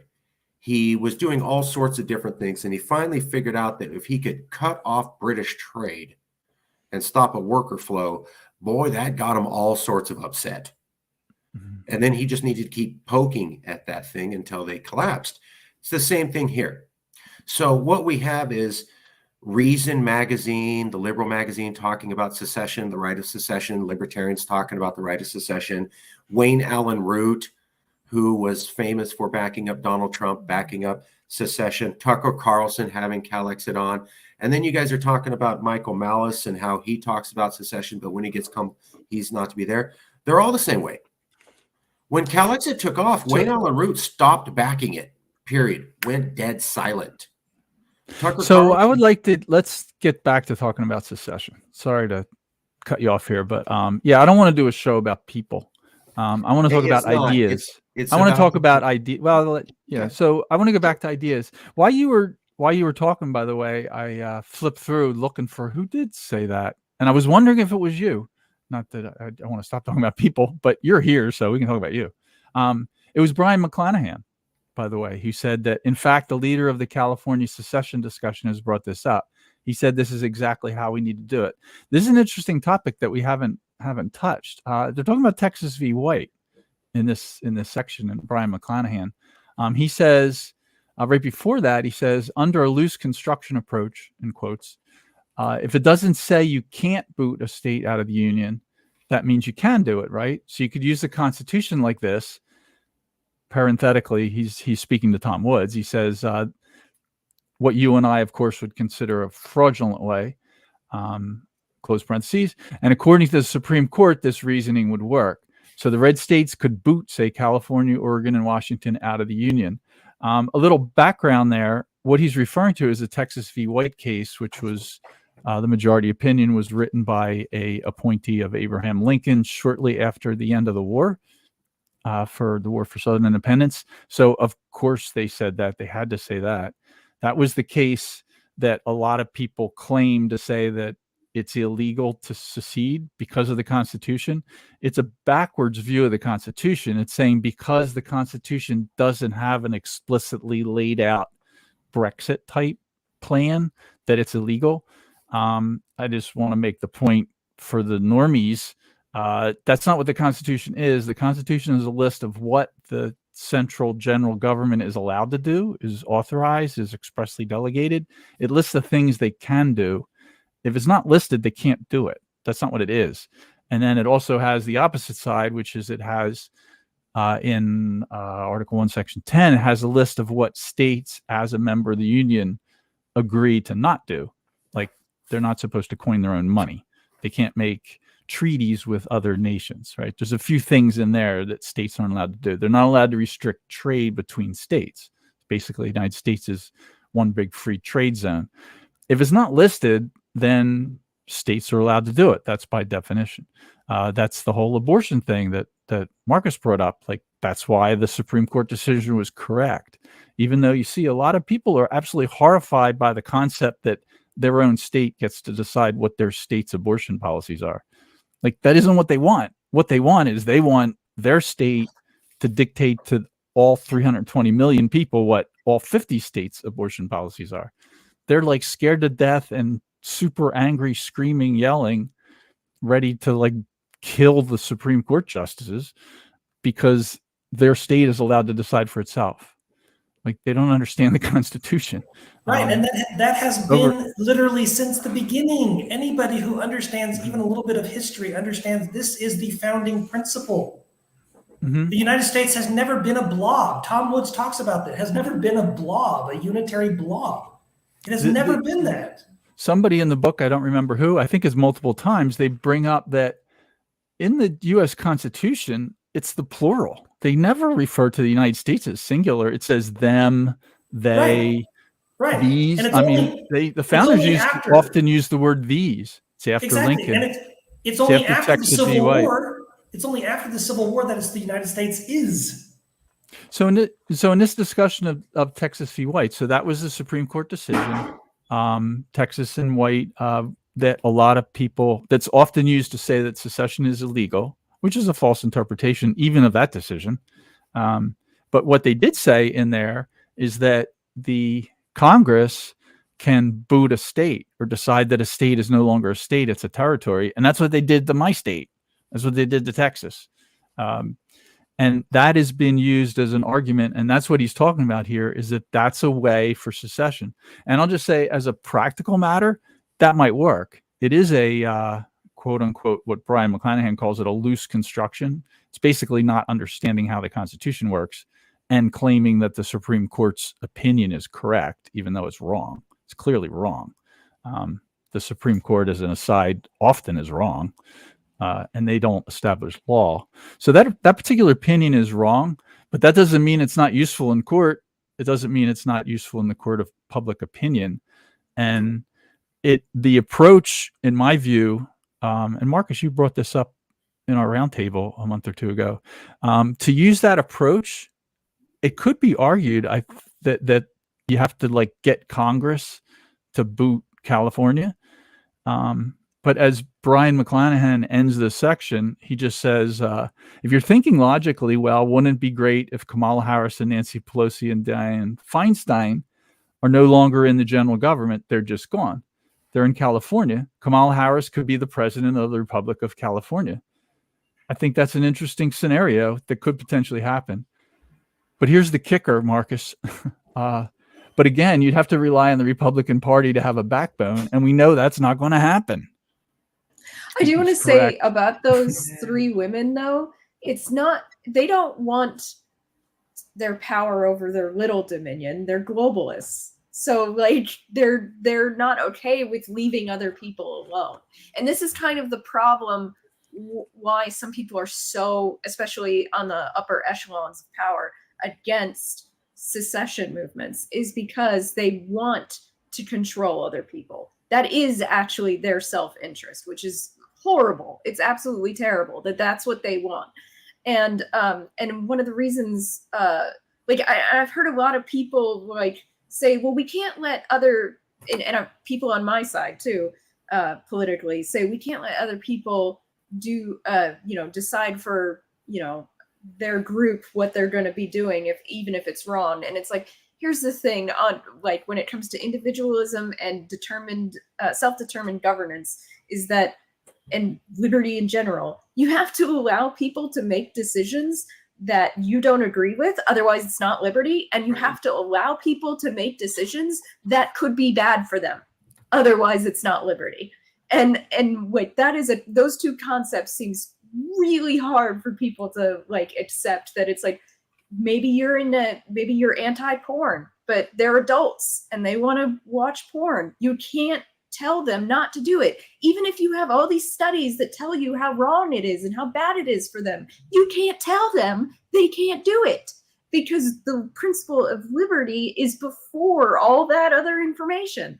And it's a really hard concept for people they're like, I want to help them though. And it's like, yeah, but you're not helping them. That's the problem. You're not. Exactly. Well, and it's so funny because people use this. I think they might have mentioned this in the national divorce argument, if I remember correctly. But this idea, or maybe I mentioned it, maybe he mentioned it in another episode, I'm not sure. But this idea of, oh, if we secede, all these other people are going to do bad things. Well, that's their freaking problem. I don't care. That's their problem. I just want you to leave me alone. I don't care what you do. You want to kill yourself? Please do me a favor. Go ahead. I don't care. Just leave my daughter and leave myself alone. That's what I want. I want collaboration that is voluntary, voluntarism. That's all I want, right? And it's so insane that these people literally think, oh, but I'm doing it for your own good. No, that proves my premise. Nobody is selfless. You're doing it extremely for your good, completely against me. If you were truly selfish in a conscientious way, which I try to be, you would say, no, go ahead. I respect Marcus, okay? This idea of California wants to leave. Great, that's perfect. How can I help you do that? Right? And he respects us in this idea of how can we get rid of each other? We don't like each other. Okay, great, perfect. I respect that. No problem. How can we help each other separate? That's the point. Right? And that's what people need to do. But it's a very selfish standpoint. That's what I don't understand how people can't get that. It is truly selfish, but it's selfish in a conscientious way. I agree with both of you. And that is our main argument, what you literally just said. If you don't vote us out, conservative America, or non-liberal, non-California America, we're going to come to your state and we're going to force you to live by our laws through two ways. We're going to take over Congress and we're going to force it through. And then we're also going to have our people literally invade your state and also vote and change the law. So we'll change it at the federal level and we'll change it at the state level. And there's nothing you can do to stop us from coming and changing all your laws and destroying your way of life, except to have us be separate. And it's already happening. Yeah, I would have to say, as a practical matter, that is mostly what's happening. Not completely, because we did just see Roe v. Wade get overturned. So it can get changed occasionally, but it is moving in that direction. As somebody brings up in the book, it is the progressive left, if we want to use that term. Like I said, I don't like these group terms. That is winning. That is winning. There's another Michael Malice quote. It's not in this book when he says, I can't remember. I'm paraphrasing. I don't remember. He said conservative, liberal, or Republican, Democrat, but like conservatives are liberals driving at the speed limit. Basically, that's what Washington is. It's ratcheting in that direction because the progressive left, if I may use that term, has the upper hand for the most part. That's the direction it's moving. And the mainstream Republican conservative right position is to just kind of slow it down.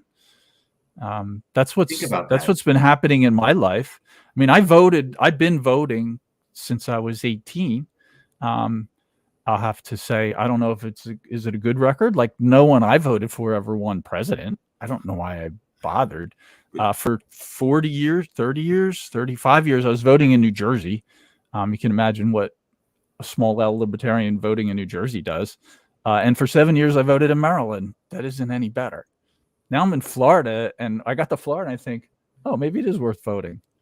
But then we had Donald Trump against Hillary Clinton. I'm like, I'm not going to bother. I didn't go vote on that. I don't want either one of them. And the libertarian candidate was horrible. Wasn't even a libertarian.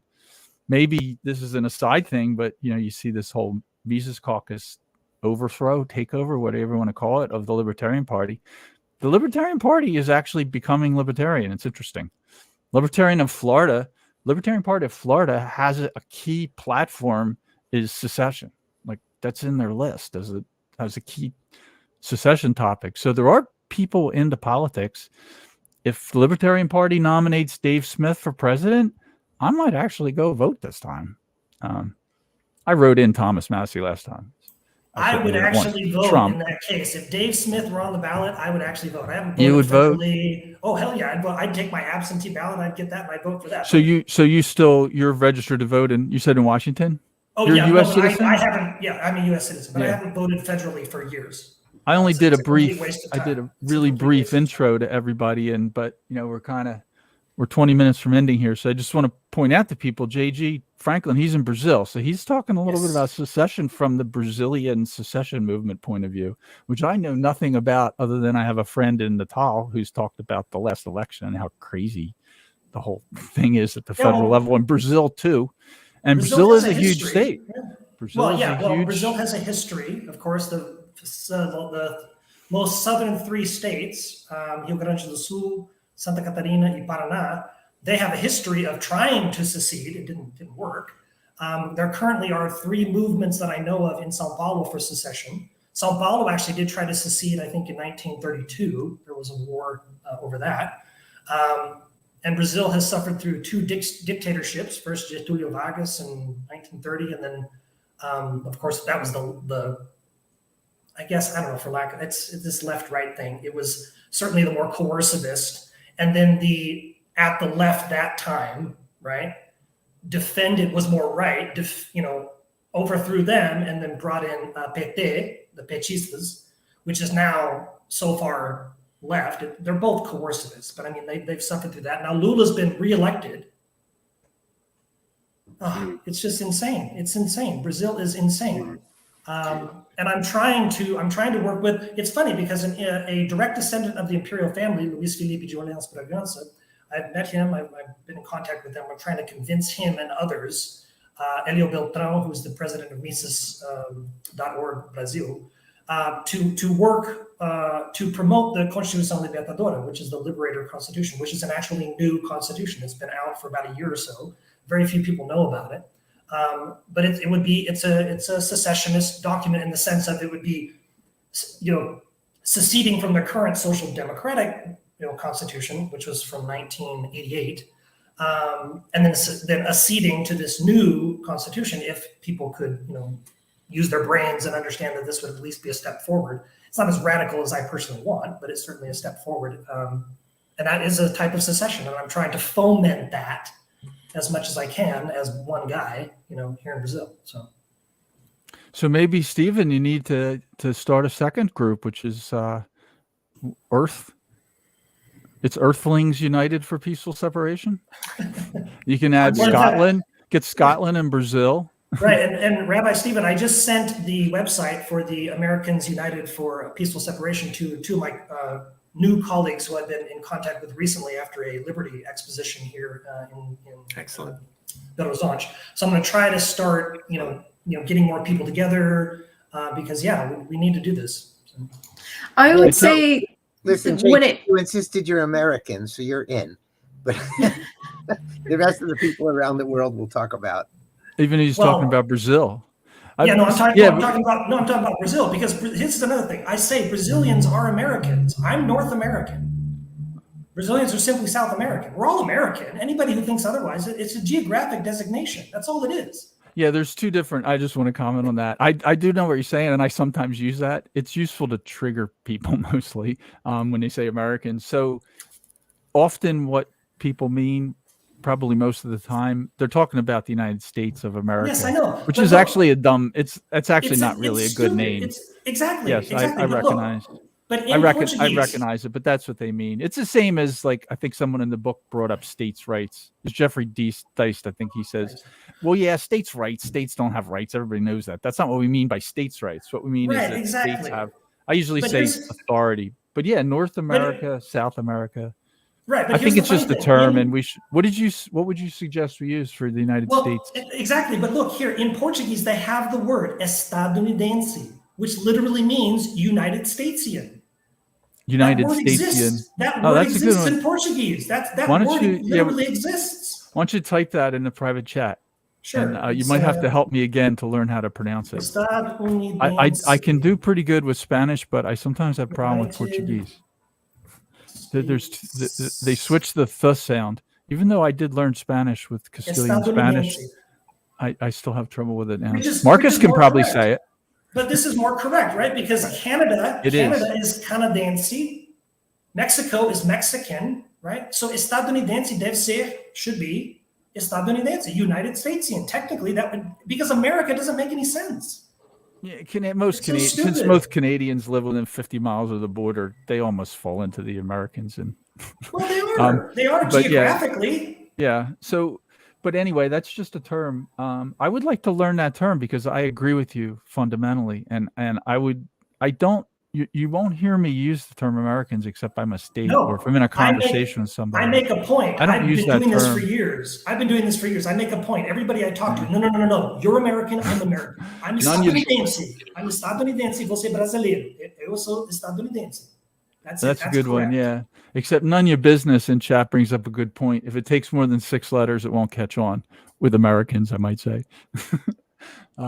So the it's a good word, and we should have one for that. I think of it in the same category as the World Series. It's kind of an American ego thing. Like the World Series is like they think we are the world, and Washington D.C. also thinks we're the world. That's why we're the biggest. Well, the United States government is the biggest empire on the planet. And it's funny because the United States is the only union. I won't say country. It's the only union that uses the word football differently than every other country on the planet. And the metric system. Yeah. They are in the metric system. Yeah. No, the English system, there's us in Liberia. Yeah. Are the only the standard. That's an interesting trivia question. What are the two things that the United States and Liberia has in common?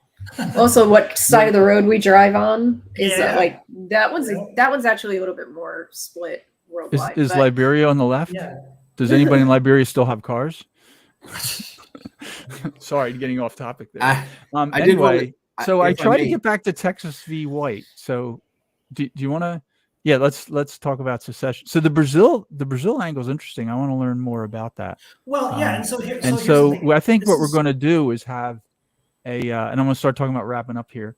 I am going to do another secession roundtable. So you all are invited. Definitely Marcus, Stephen, and JG Franklin is going to come on, and we're going to talk more about his perspective. I don't know if we do that, if you would talk about the Washington and the Oregon secession being from the Pacific Northwest. I'm curious and would like to have somebody that knows a lot about the Greater Idaho movement as part of a secession panel and get into this idea of a state peacefully splitting up. Tom Woods did an episode with somebody, I forget his name, but he did a recent episode about the Greater Idaho. Yeah. So somebody that knows about that. And I want to talk about the various movements in California. I still don't even have a full list, but there's a bunch of them. Thanks to Marcus, I've learned a lot more about the full state secession movement. I'm basically in favor of secession, as several people in the book brought up. Absolutely. Ending with the left liberal represented, even though the guy's dead. His words live on in Tom's book. I think it's interesting that Tom, he had 7 to pick from, really 6, because one of them is him. So he picked himself for one at a Mises Caucus event on secession. The other 6 are people that he picked.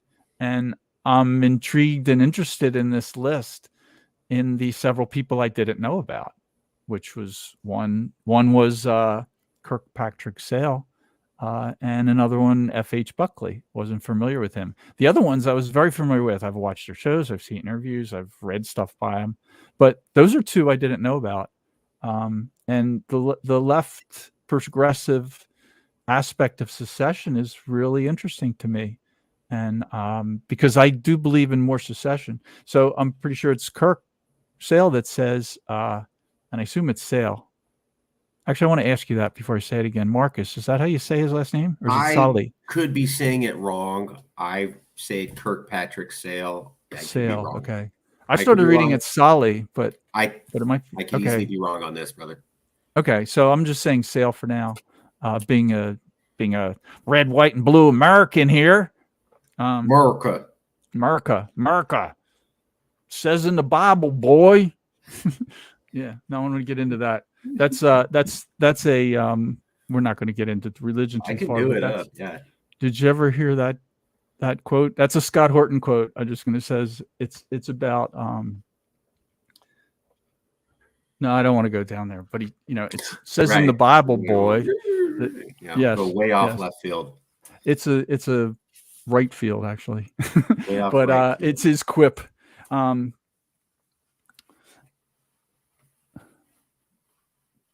I'll just say it because I got so far into it. It says in the Bible, boy, that you do whatever the president says if he's a Republican. Romans 13. Yeah. Yes, They have that one. picture. Scott Horton. He didn't pick Scott Horton for one. But anyway, I want to. We're 7 minutes from 2 hours here, or 9 because they started a few minutes late. So does anybody want to have any last minute, a minute or two, and then I want to go through the books just to point it out. So I'll start by saying, here's the book we're doing, National Divorce by Tom Woods, The Peaceful Solution to Irreconcilable Differences. We'll put the links in the show notes on the Unsafe Space website. That'll be up in a day or two. Carter doesn't have any internet right now, so because a tree fell on all his wires. So that may take a few days, but normally that's within a day. I'll prepare the links. I saw a bunch of good links in private chat. Thanks, Marcus. JG put some in. I think Stephen put one. I'm going to go through them and figure out what we should put in the show notes. I'll definitely put a link to your thing, whatever your thing is. This book is available for free if you're willing to read Tom Woods' emails. They happen to be awesome. I'll promote them. So if you're not getting Tom Woods' emails, he's great. Secession is not what most of them are about. Actually, very rarely. He's awesome on COVID lockdowns. He's awesome on nullification. He's got a book called Nullification, which I have. It's a great book. And it's not a compilation. That one's him. He's a great author. A whole bunch of books. The Politically Incorrect Guide. He wrote one of them. Yeah, with Michael Malice. Those are hilarious videos. Those are hilarious videos. Yeah. On the dangerousdocumentaries.com website. Very hilarious. So this book is available there for free. Also, it was about $10 on Amazon for the paperback version. I bought 3. I'm going to do another one here that I just got. This is Alu Axelman, who was going to join us, but congratulations to Alu for a family thing that happened Friday. Oh, wow. Yeah. Did you know this, Marcus? We'll just say Alu he runs the Liberty Block. He's a great author. I think he wrote 3 books last year, something like 3. One of them is that I just got, Articles of Secession. How our systems would function better in an independent New Hampshire. He's a New Hampshire guy. He's a PorcFest guy. That's where I met him. He was going to be here, but his wife gave birth on Friday to a future president of the Republic of New Hampshire. The other book I brought up, Texit by Daniel Miller. This one is great. This is the biggest book of these 3 by far. Daniel Miller in this book goes through all the arguments and explains why Texas should be independent, and it's a powerful book. So that's a good one. I had one other shameless plug. This is Carter wanted me to do. The Unsafe Space Merchant Store. So if you're enjoying our content here, please check out unsafespace.com. You can support the show there. And Carter's been working on the merch site. This is products for thought criminals. Here's some of our shirts here. This is one of my favorite irreconcilable differences. For the PorcFest people, you notice the porcupine is the libertarian symbol. That's the American animal that doesn't bother anybody, keeps to itself. But if you touch it, you're in trouble. That's the symbol. And the opposite is the sheep with the broken heart. So that's an example. We got hats and shirts and hoodies and everything in black. So yeah, check out unsafespace.com/donate, unsafespace.com/product merch. What's it called? Shop. unsafespace.com/shop. And you can go to unsafespace.book club, and I'll put all the links in there. That'll take a couple days to get up. You can get to all these different shows. And I'm going to link the audio versions of every chapter here, which is what the book is based on. The Tom Woods shows, Mises Caucus Talks. So you can listen to it to each one of these chapters and hear the whole story from the person. It's great. None of your business says, all for Texit, we can return to call ourselves Texans. If people that watch Rebel Civics, they know that I just refer to myself as a Floridian.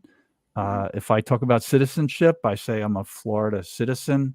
Even though I do have a passport that says United States and it's called I usually use these United States.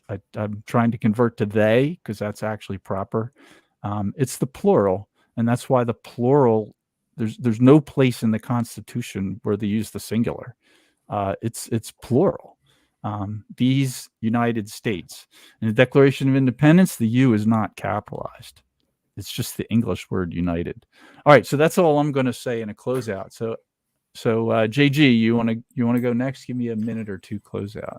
I was just going to say, first of all, thank you for letting me participate. I would love to continue to network with people and try to expose these ideas and get them where they need to be, because they need to be part of the larger conversation. And I'm certainly hoping that I can expand that internationally to here in the rest of the South Americas, to Brazil, because these are American principles and American ideals, and they are absolutely fundamental for everybody who actually cares, that is, who are conscientious. As far as, I definitely want to keep in contact. And I would actually, in fact, I would like to ask if I can bring my two compatriots on, João and Gabriel. Would you be willing to have them on? Because, of course, they are truly Brazilian, right? And so they can have and they're very intelligent young men and quite adept English speakers, especially, both of them are. But anyway, maybe they could give you a much more, accurate picture of history, things like that. I highly doubt. I would love to have, of course, Luis Felipe on or Elia Beltrão, but that's damn near impossible. But if I could get João Gabriel to join me, would that be okay for the next?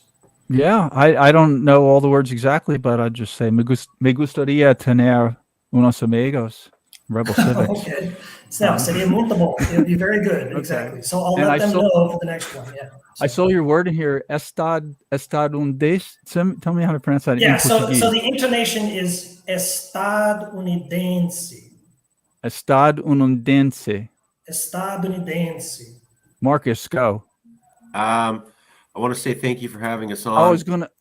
I'm sorry. I wanted the word for Americans. No, I meant like, could you?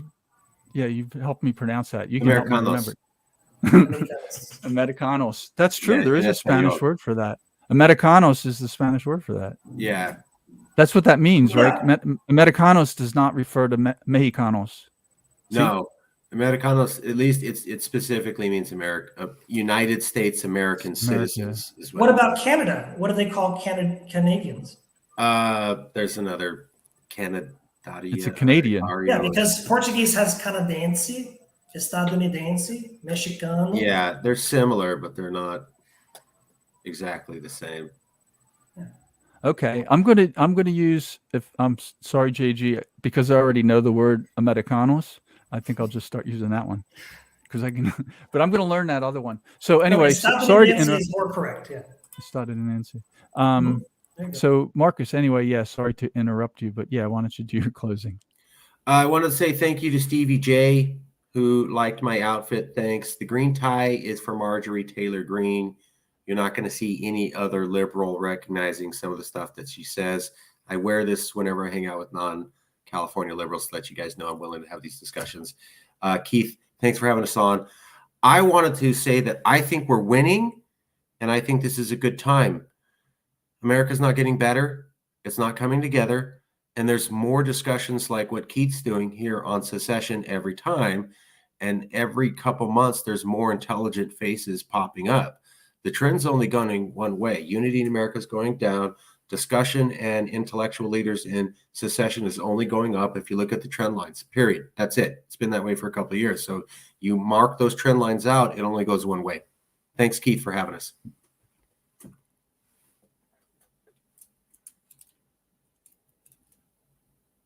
You're muted, by the way. Go ahead, Alex. Oh, well, So I are you. mean, So are you. go me. Okay. Well, here, I mean, I am of unsafe space. I'm not a guest. But I'll never ever not support the idea that a group of people want to leave a bigger union. That is just from principles of liberty. That is always going to be my stance. I don't even care why they want to leave. I'm just going to say yes, go ahead. And I don't really think there needs to be a lot of civic support for it, by which I mean passed law. I don't think it's necessary.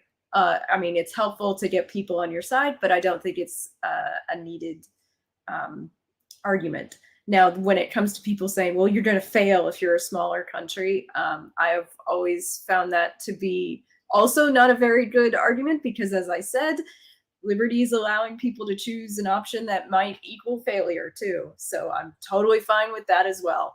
And I think a lot of people don't think about these things from a principles first standpoint. And that is absolutely, to me, where we should start the conversation. But not everyone likes to think about principles at all. So yes, I agree. And I would like to just point out too that I'm not the first one to mention this, but it's so funny. And Marcus, he recognizes this. We want these guys to have what they want. Go ahead, have your utopia by all means, but leave me out of it. That's the only condition. We don't care. We celebrate. Go ahead. So why is it so difficult for that other side? I won't necessarily include Marcus in this, but that other side to relinquish. Well, it's not left versus right. It's authoritarian versus non-authoritarian, coercivist and voluntarist. Absolutely. Yes. Absolutely. But my point again is simply that, look, again, the logic doesn't make sense. And I will give a specific example about masks, for example, masks or vaccination. Look, my umbrella won't work if you don't use your umbrella? I mean, this kind of, it's just pure stupidity, right? And we want you to go ahead. We're not saying don't have it. We're simply saying, don't include me. So the point is that, the libertarian view of like, we're fighting to win elections and leave you alone. Like that's why it's hard to get libertarians to do it, because what they want to do is leave everybody alone. So they don't really want control. I think as far as stupid goes, like I don't look at the central authoritarians left and right, Republican and Democrat, as stupid. If they were stupid, they'd be pickpockets and petty thieves exactly. and used car salesmen or something. They're not bad used car unintelligent. salesmen. They're not unintelligent. It's having an IQ above 85 that's the problem. Well, it's they're that's why they're in theory Congress. of stupidity. That's why they're in Congress. Yeah. So anyway, let's close out with that. So yeah, good point. I think that secession is moving on, is all around us, as Daniel Miller pointed out in the book. And it's awesome having all these people talking about it. My experience with it is I think I saw it 10, 20 years ago. I don't remember when I first started thinking this was the thing to do, but you couldn't talk about it. Now you can talk about it. Like, I'm actually not concerned about losing the YouTube channel talking about secession. And I just think of if YouTube was around in the 90s, I think we would have lost our YouTube channel for this. And it isn't that YouTube doesn't want to censor us. It's that this topic is reaching mainstream. You can openly talk about it. Marjorie Taylor Greene talked about it, as you pointed out with your green tie. Oh, and by the way, there was a comment about your tie. You got a green heart, Marcus, from Stevie J. And he said, Mark looks dapper with a green heart. So he said, I love the color coordination. So yeah, when you see someone like Marjorie Taylor Greene, Tucker Carlson, the biggest TV news host there is, like, he can say secession. It's fine. Big podcasters, we're going to start seeing CNN talk about it more. And I think it's actually the left progressive. It's Cal Exit. It's Washington, Oregon talking about splitting off. That is what's going to drive the legacy news to be talking about this more. And maybe California will be first. And everybody here is fine with that. Like, I think it'll work great. We'll get along better. That's kind of the point. Totally. So how can I help? All I care about is how can I help? Let's help. help. As I said in the secession roundtable, like, what I would like to be doing soon as possible, Marcus, is sitting at a table with Marcus talking about the free trade agreement between the Republic of Florida and the Republic of California. That's what we should be talking about, right?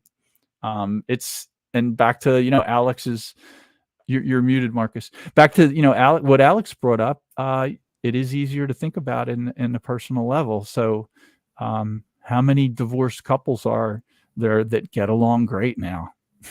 One of them got the house, the other one got the car, and I'm sorry to hear that. My ex and I are really good friends.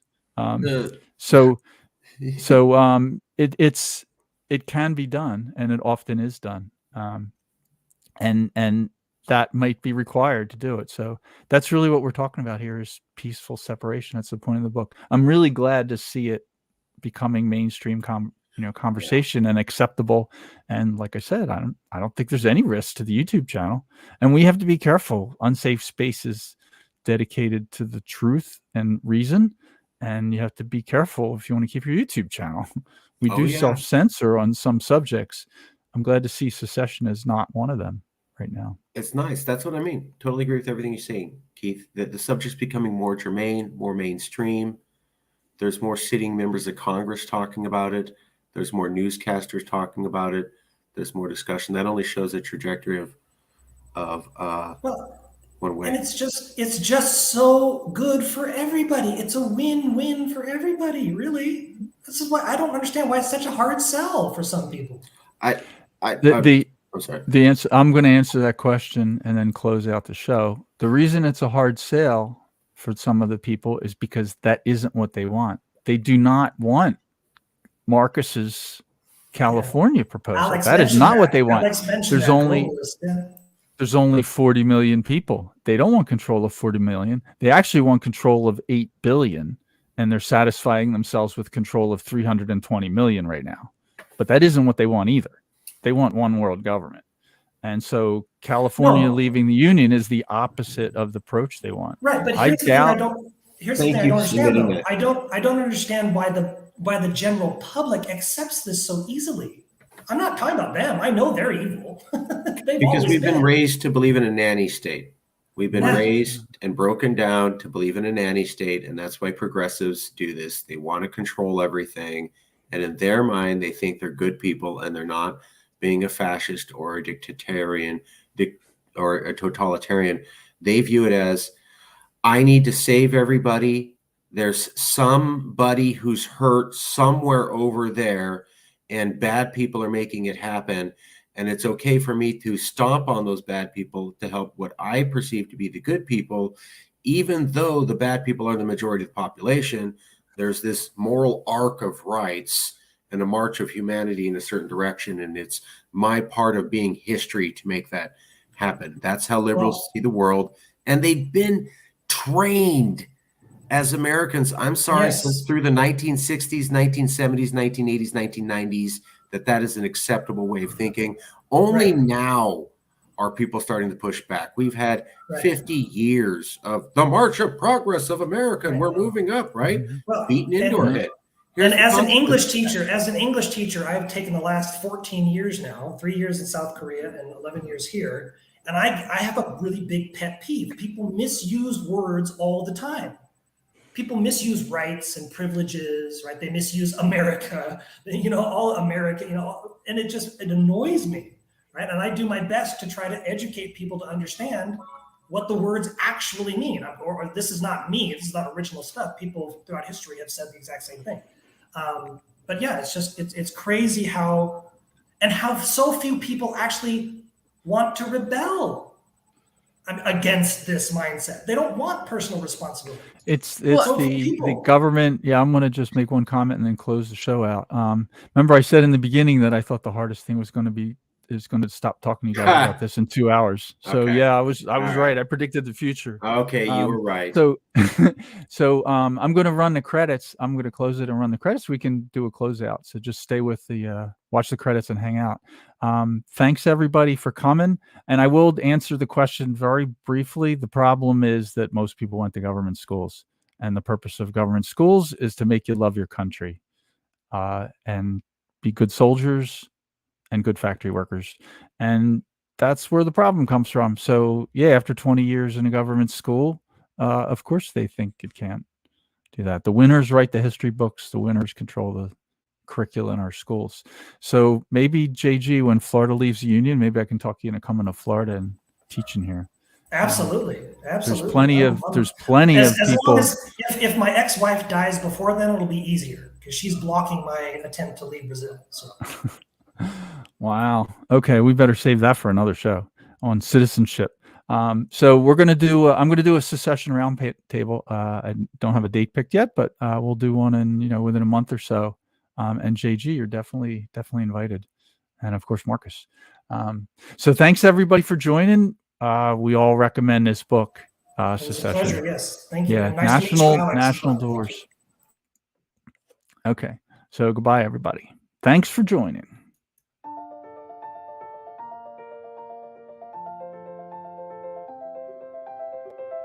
This production was made possible through the generous support of our members. To join our community, visit unsafespace.com. Unsafe Space is an online publication for individualists interested in subverting authoritarianism and ushering in the next Enlightenment. For biting analysis and nourishing composition, or to sign up for our weekly news brief, The Abstract, visit unsafespace.com.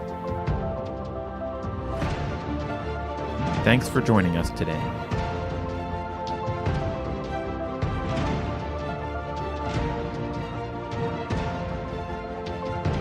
Warning. This is an unsafe space. Dangerous ideas have been detected. The content of this production has not been authorized for distribution on Apple devices. The following co-conspirators are hereby uninvited to Klaus Schwab's Winter Solstice Party. Please be advised that CBS News has paused activity on Unsafe Space while it continues to assess security. Central bank digital currency is a safe and secure way to protect you from Sam Bankman-Fried. If you think about it, no one should be allowed to express opinions. But don't. Think about it, I mean. That's not your job. Thinking has been scientifically proven to be less efficient than compliance. Science, scientific, and scientifically are registered trademarks of the World Economic Forum. Unauthorized use is prohibited. Computer voice courtesy. Never mind, that last line is misinformation. Please disregard it and return to your safe space immediately. There will be cake.